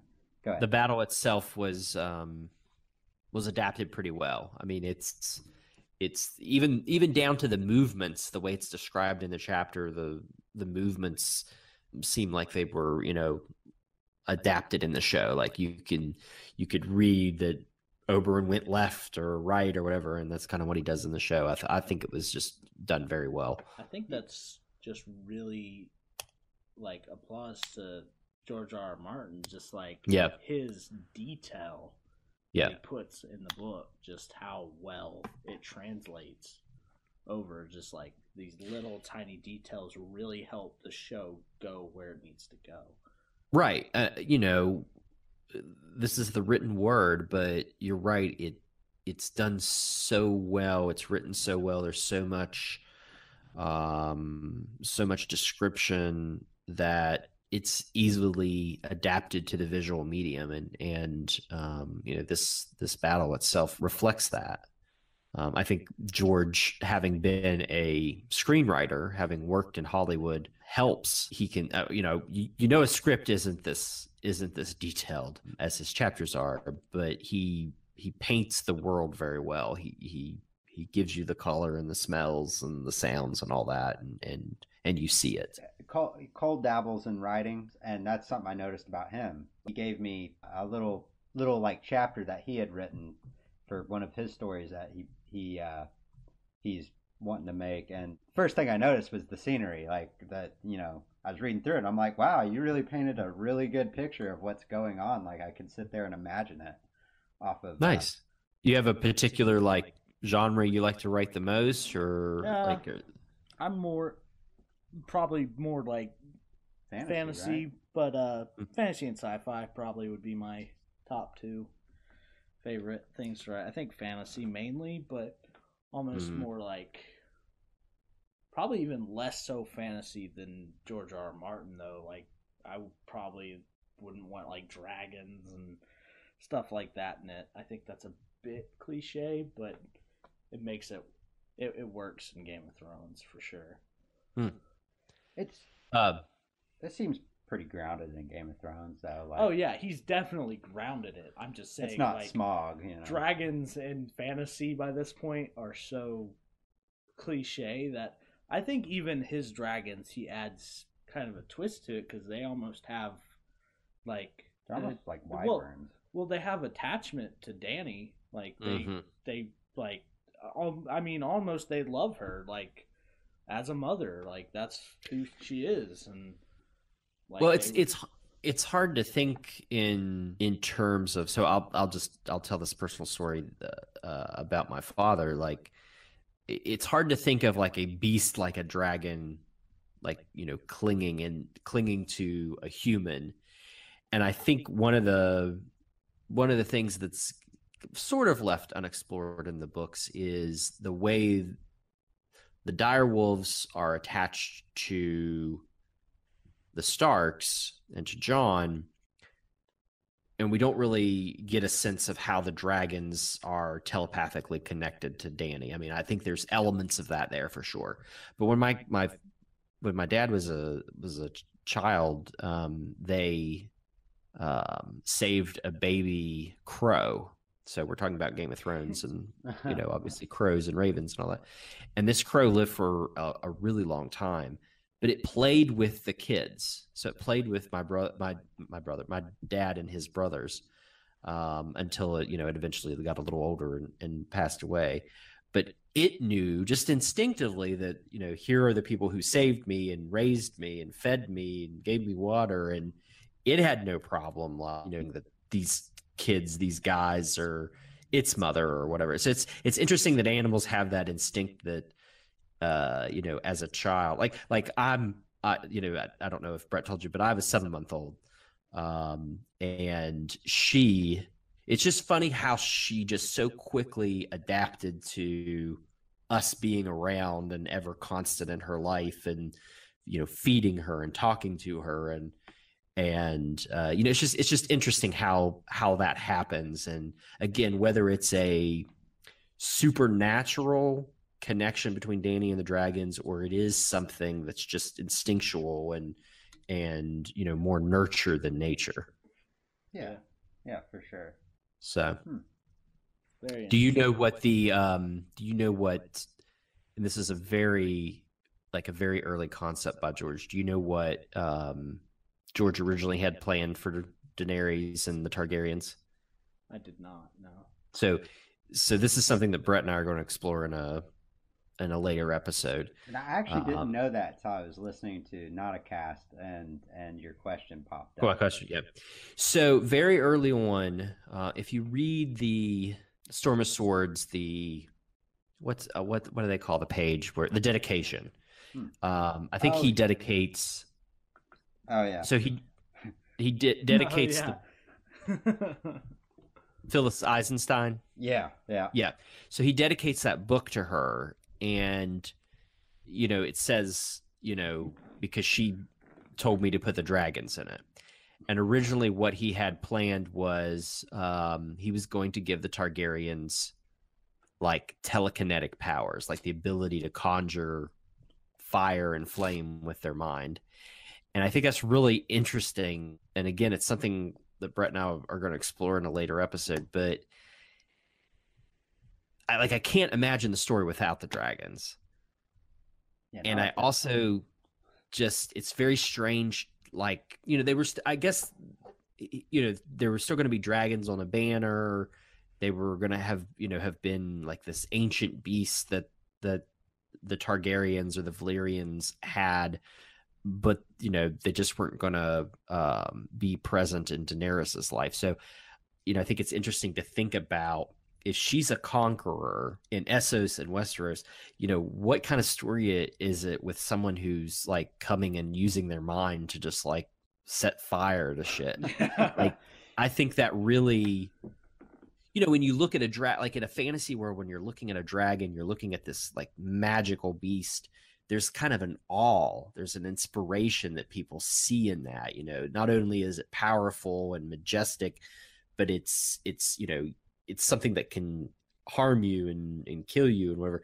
Just a 14-year-old girl showing up with the ability like Carrie, like Stephen King's Carrie, just to like, you know, set fire to shit. That's got to be something that I just wonder if he thought, you know,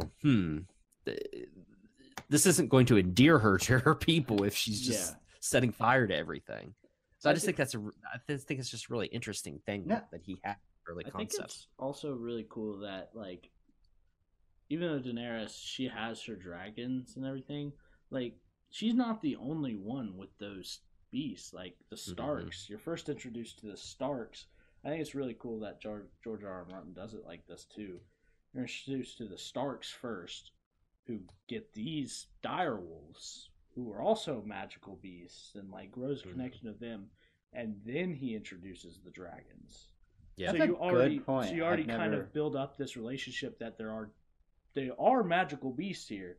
They do have connections, and then he introduces the more fantasy type one, because the first one's just a big wolf when you think about it.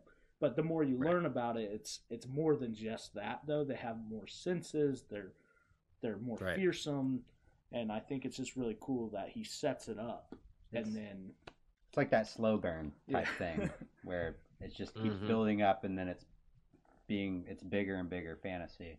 But I think now that you put it that way, with, you know, like Dany wouldn't have been as endearing if she was setting people on fire with her, you know, whatever. Maybe George thought about that too, and then he created Melisandre, and then put all the criticisms onto her. I think he made the right choice. So. Yeah.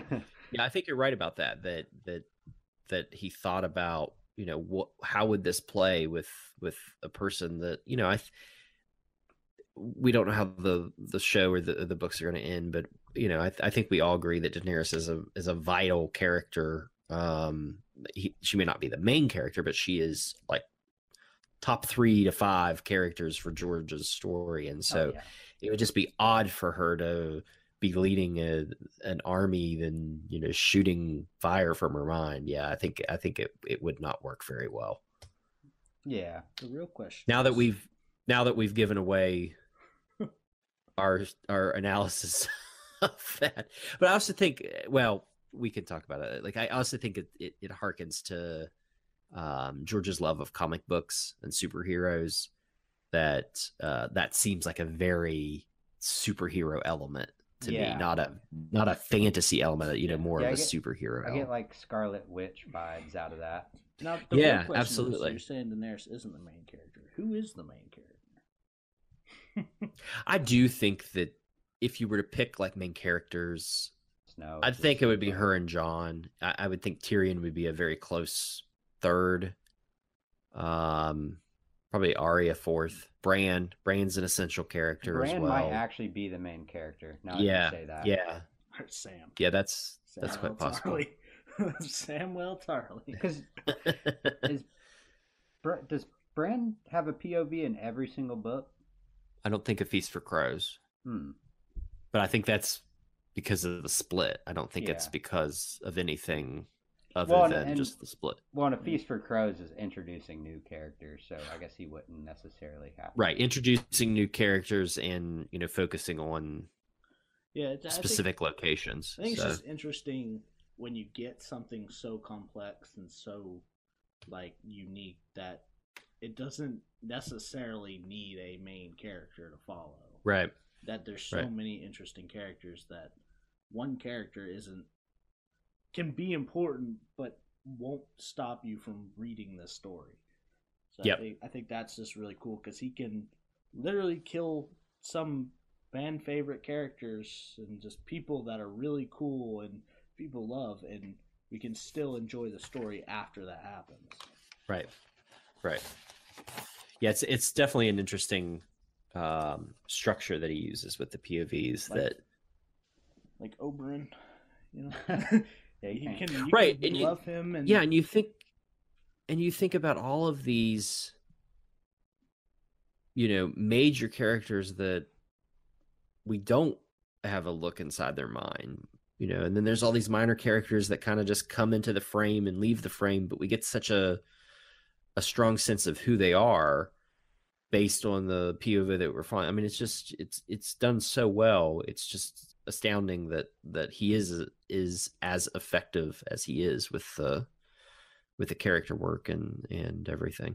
All right, well, we have squeezed every bit that we can out of that Dornish lemon tree for this episode. Any further comments from you guys?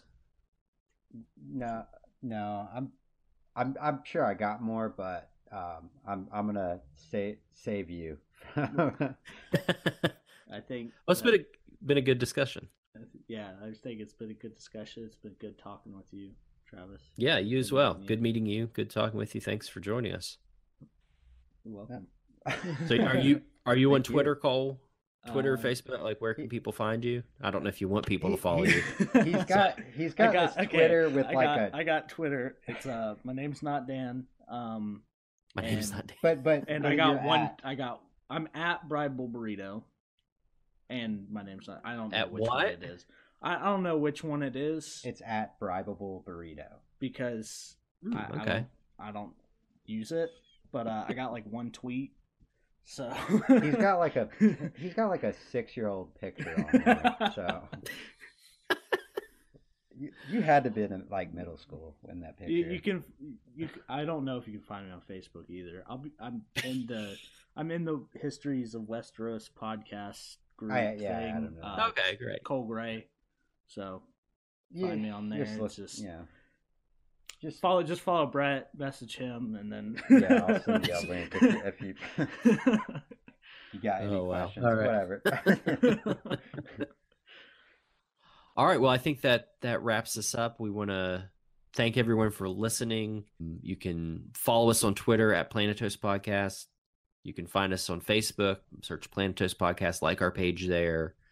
Listen to our podcast on SoundCloud, Google Play, YouTube, iTunes. I know there's some other platforms out there that you can listen to, like Overcast and others as well. We want people to email us as well. We want to hear from you all. If you have questions, email us at planetospodcast@gmail.com. So thank you again for listening. We hope everyone enjoyed this episode. We hope you join us for another episode. I've been Travis. You can find me on Twitter at Sir_Travis. And I've been Brett. You can find me on Twitter at HomelyPillow. And also leave us a review or click like on the YouTube link or the SoundCloud link or wherever you can like or like our stuff or whatever. You don't have to go to 10. Just choose one and click like or comment. Yeah. Or do it all. Or do it all, but or subscribe. One and done. It's fine. One and done is fine. We're not going to be greedy here. No. but good night, good morning, or whatever. Good luck. Good luck with wherever you are in your life. whatever you're doing right now. This is just a bad outro. Yeah, it really is. It really is bad. That's how we do it all the time, you know. Yeah, But we're gonna have to like.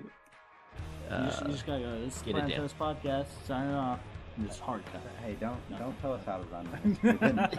We have 4 episodes. We're experts now. We're professionals. But goodbye. Yeah. Goodbye. Good night. Good luck. Goodbye.